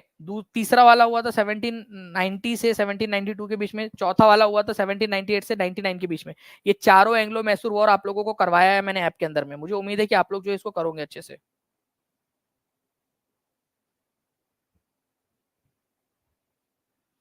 बताइए इसका आंसर क्या होगा। निम्नलिखित युगों में से कौन सा वाला सही सुमेलित है। अभी आप लोगों की टेस्ट होने वाली है, जुड़े रहेंगे सभी के सभी बच्चे। Ruby Kumari ji, mobile heat हो जा रहा है आपका, तो क्या आपको मतलब मोबाइल हीट, गर्म हीट छोड़ के आपको क्या उबासी आती है ऐसी, गर्म हो गया ऐसा, ये कौन सा वाला है आपका, ठीक है। आपका तो आपके एक्शंस और आपका जो है वो मैच ही नहीं कर रहे आपके, ठीक है। मतलब फंडामेंटल एरर है, फंडामेंटल फॉल्ट है आपका। तो ऐसे नहीं करना चाहिए, दूसरे लोगों को डिमोटिवेट नहीं करना चाहिए ना हमने। लॉर्ड कॉर्नवालिस जो है फ्रेंड्स, उन्होंने परमानेंट सेटलमेंट लेकर आए थे, ये बिल्कुल सही है आपका। कौन सा वाला सही है बोला है तो पहला ही सही हो गया भाई, ठीक है। लॉर्ड डलहाउसी सब्सिडरी अलायंस जो है फ्रेंड्स वो किसने लेकर आया था, सब्सिडरी अलायंस, ये भी आपसे पूछा जा सकता है, ठीक है। सब्सिडरी अलायंस लॉर्ड वेलेस्ली लेकर आया था, ना कि डलहाउसी, ठीक है। लॉर्ड वेलेस्ली, ये गलत है आपका, ठीक है। Foundation of Indian National Congress Lord Dufferin के समय में हुआ था आपका, लॉर्ड डफरिन के समय में, तो डी भी आपका गलत है। और मास्टरली इनएक्टिविटी है, ठीक है, अहस्तक्षेप जो है वो सर जॉन शॉर के समय में हुआ था, लॉर्ड वेलेस्ली के समय में नहीं। लॉर्ड वेलेस्ली ने जो है सहायक संधि लेकर आया था आप लोगों का, ठीक है। सुगौली की संधि हुई थी आपकी, द ट्रीटी ऑफ सुगौली, बहुत ही इंपॉर्टेंट है, इसको very very very important mark करेंगे आप सभी लोग। सुगौली की संधि, ठीक है, कहां पर में हुई थी आप लोग बताइए जल्दी से, फिर मैं आप लोगों को बताता हूं कि आप लोग टेस्ट कैसे दे सकते हो आप लोगों की, ठीक है। सुगौली की संधि जो है फ्रेंड्स बता देंगे जल्दी से। 5400 के करीब करीब आप लोगों ने लाइक्स कर दिए फ्रेंड्स, सेशन को ऐसे ही लाइक करते रहेंगे। और जिन लोगों ने सेशन चैनल को सब्सक्राइब नहीं किया, चैनल को सब्सक्राइब करके बेल आइकन जरूर दबा देंगे सभी के सभी लोग।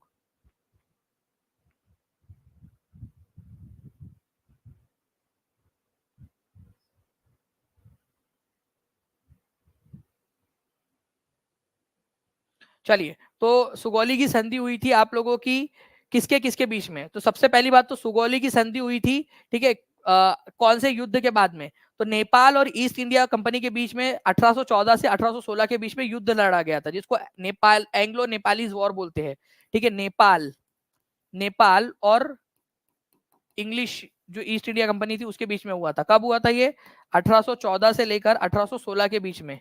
इस युद्ध के बाद में सुगौली की संधि हुई थी, ठीक है। सुगौली की संधि, ये याद रखना है आप सभी लोगों ने।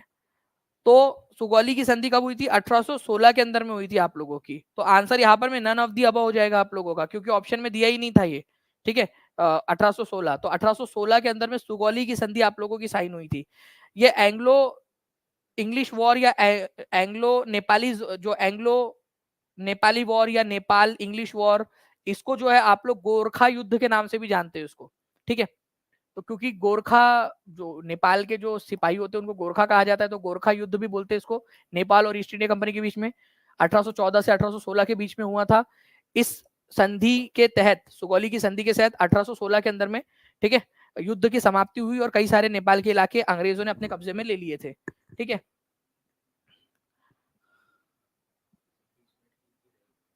जी, तो आप लोगों की जो है फ्रेंड्स अब टेस्ट होने वाली है आप लोगों की। सभी लोग तैयार है टेस्ट के लिए, हाथ ऊपर कर देंगे जल्दी जल्दी से अगर सभी लोग तैयार है तो। टेस्ट के लिए मैं आप लोगों को बता देता हूँ कि किस प्रकार से आप लोगों की टेस्ट होने वाली है। सुगौली की संधि जो है फ्रेंड्स, ये बता देना आप सभी लोग कि जो है आप लोगों का कब हुई थी, किसके किसके बीच में हुई थी। अब देखो, ये जो लड़ाई है ना आप लोगों की, ठीक है, एंग्लो नेपाली वॉर, इसको नल पानी की लड़ाई भी कहा जाता है, ठीक है। गोरखा युद्ध, नल पानी की लड़ाई, अलग अलग नाम से इसको जानते हैं आप लोग। तो नल पानी की लड़ाई भी इसको कहते हैं आप लोग। अब देखिए आप लोग टेस्ट कैसे दे सकते हो मैं आपको बताता हूँ। टीचिंग परीक्षा का एप्लीकेशन उम्मीद करते हैं कि सभी लोगों ने डाउनलोड कर लिया होगा, टीचिंग परीक्षा का एप्लीकेशन। अब टीचिंग परीक्षा का एप्लीकेशन आप लोगों ने डाउनलोड कर लिया है, ओके।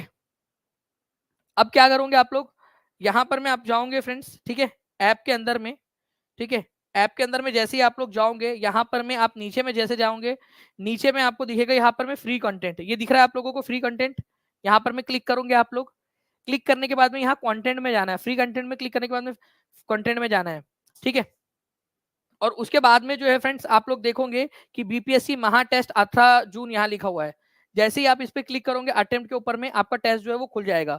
और ये टेस्ट जो है आप लोगों की कितने बजे स्टार्ट होने वाली है, ठीक है, आपकी टेस्ट कितने बजे स्टार्ट होंगी, बस जैसे ही आप लोगों का लेक्चर में बंद करूंगा, एंड नाउ करूंगा यहाँ से स्ट्रीमिंग को, वैसे आपकी स्टार्ट हो जाएंगी और लाइव रहेंगी। केवल जो है आप 20 मिनट तक टेस्ट दे पाओगे, तो जल्दी से जाना है आप लोगों ने और टेस्ट देना है, ठीक है। टेस्ट देना है। टेस्ट का रिजल्ट जो है मैं कल 1 बजे आप लोगों का अनाउंस भी करूंगा कि कौन बच्चे थे जिन्होंने जो है टेस्ट के अंदर में अच्छा परफॉर्म किया है। ओके, तो ये टेस्ट आप लोग दे सकते हो। इसके अलावा जो है फ्रेंड्स एक और चीज है कि प्लीज वो 1 रुपए वाला ये जो कोर्स है ना, ये इसके अंदर में जाने पर दिखता है आपको 1 रुपए का खरीदने के लिए, वो खरीदना नहीं है। यहाँ लिखा है डोंट बाय, इट्स फ्री, फिर भी 1 रुपए का बच्चे खरीद लेते हैं इसको। अरे वो 1 रुपए नहीं चाहिए आपके मुझे, ठीक है, वो डोंट बाय लिखा है यहाँ पर में, फिर भी कई सारे बच्चे वो फ्री वाले कोर्स को भी खरीद लेते हैं। वो 1 रुपए से कम होता नहीं है प्राइस, इस वजह से वो मजबूरी है, टेक्नोलॉजिकल रेस्ट्रिक्शन से, इस वजह से डोंट बाय लिखा है यहाँ पर में। वो आपके लिए फ्री, आप अंदर जाओगे आपको फ्री में मिल जाएगा इसके अंदर में, ठीक है। ये फ्री कंटेंट जो लिखा है ना उसमें, तो 1 रुपए का खरीदने की जरूरत नहीं है आपको वो। ओके,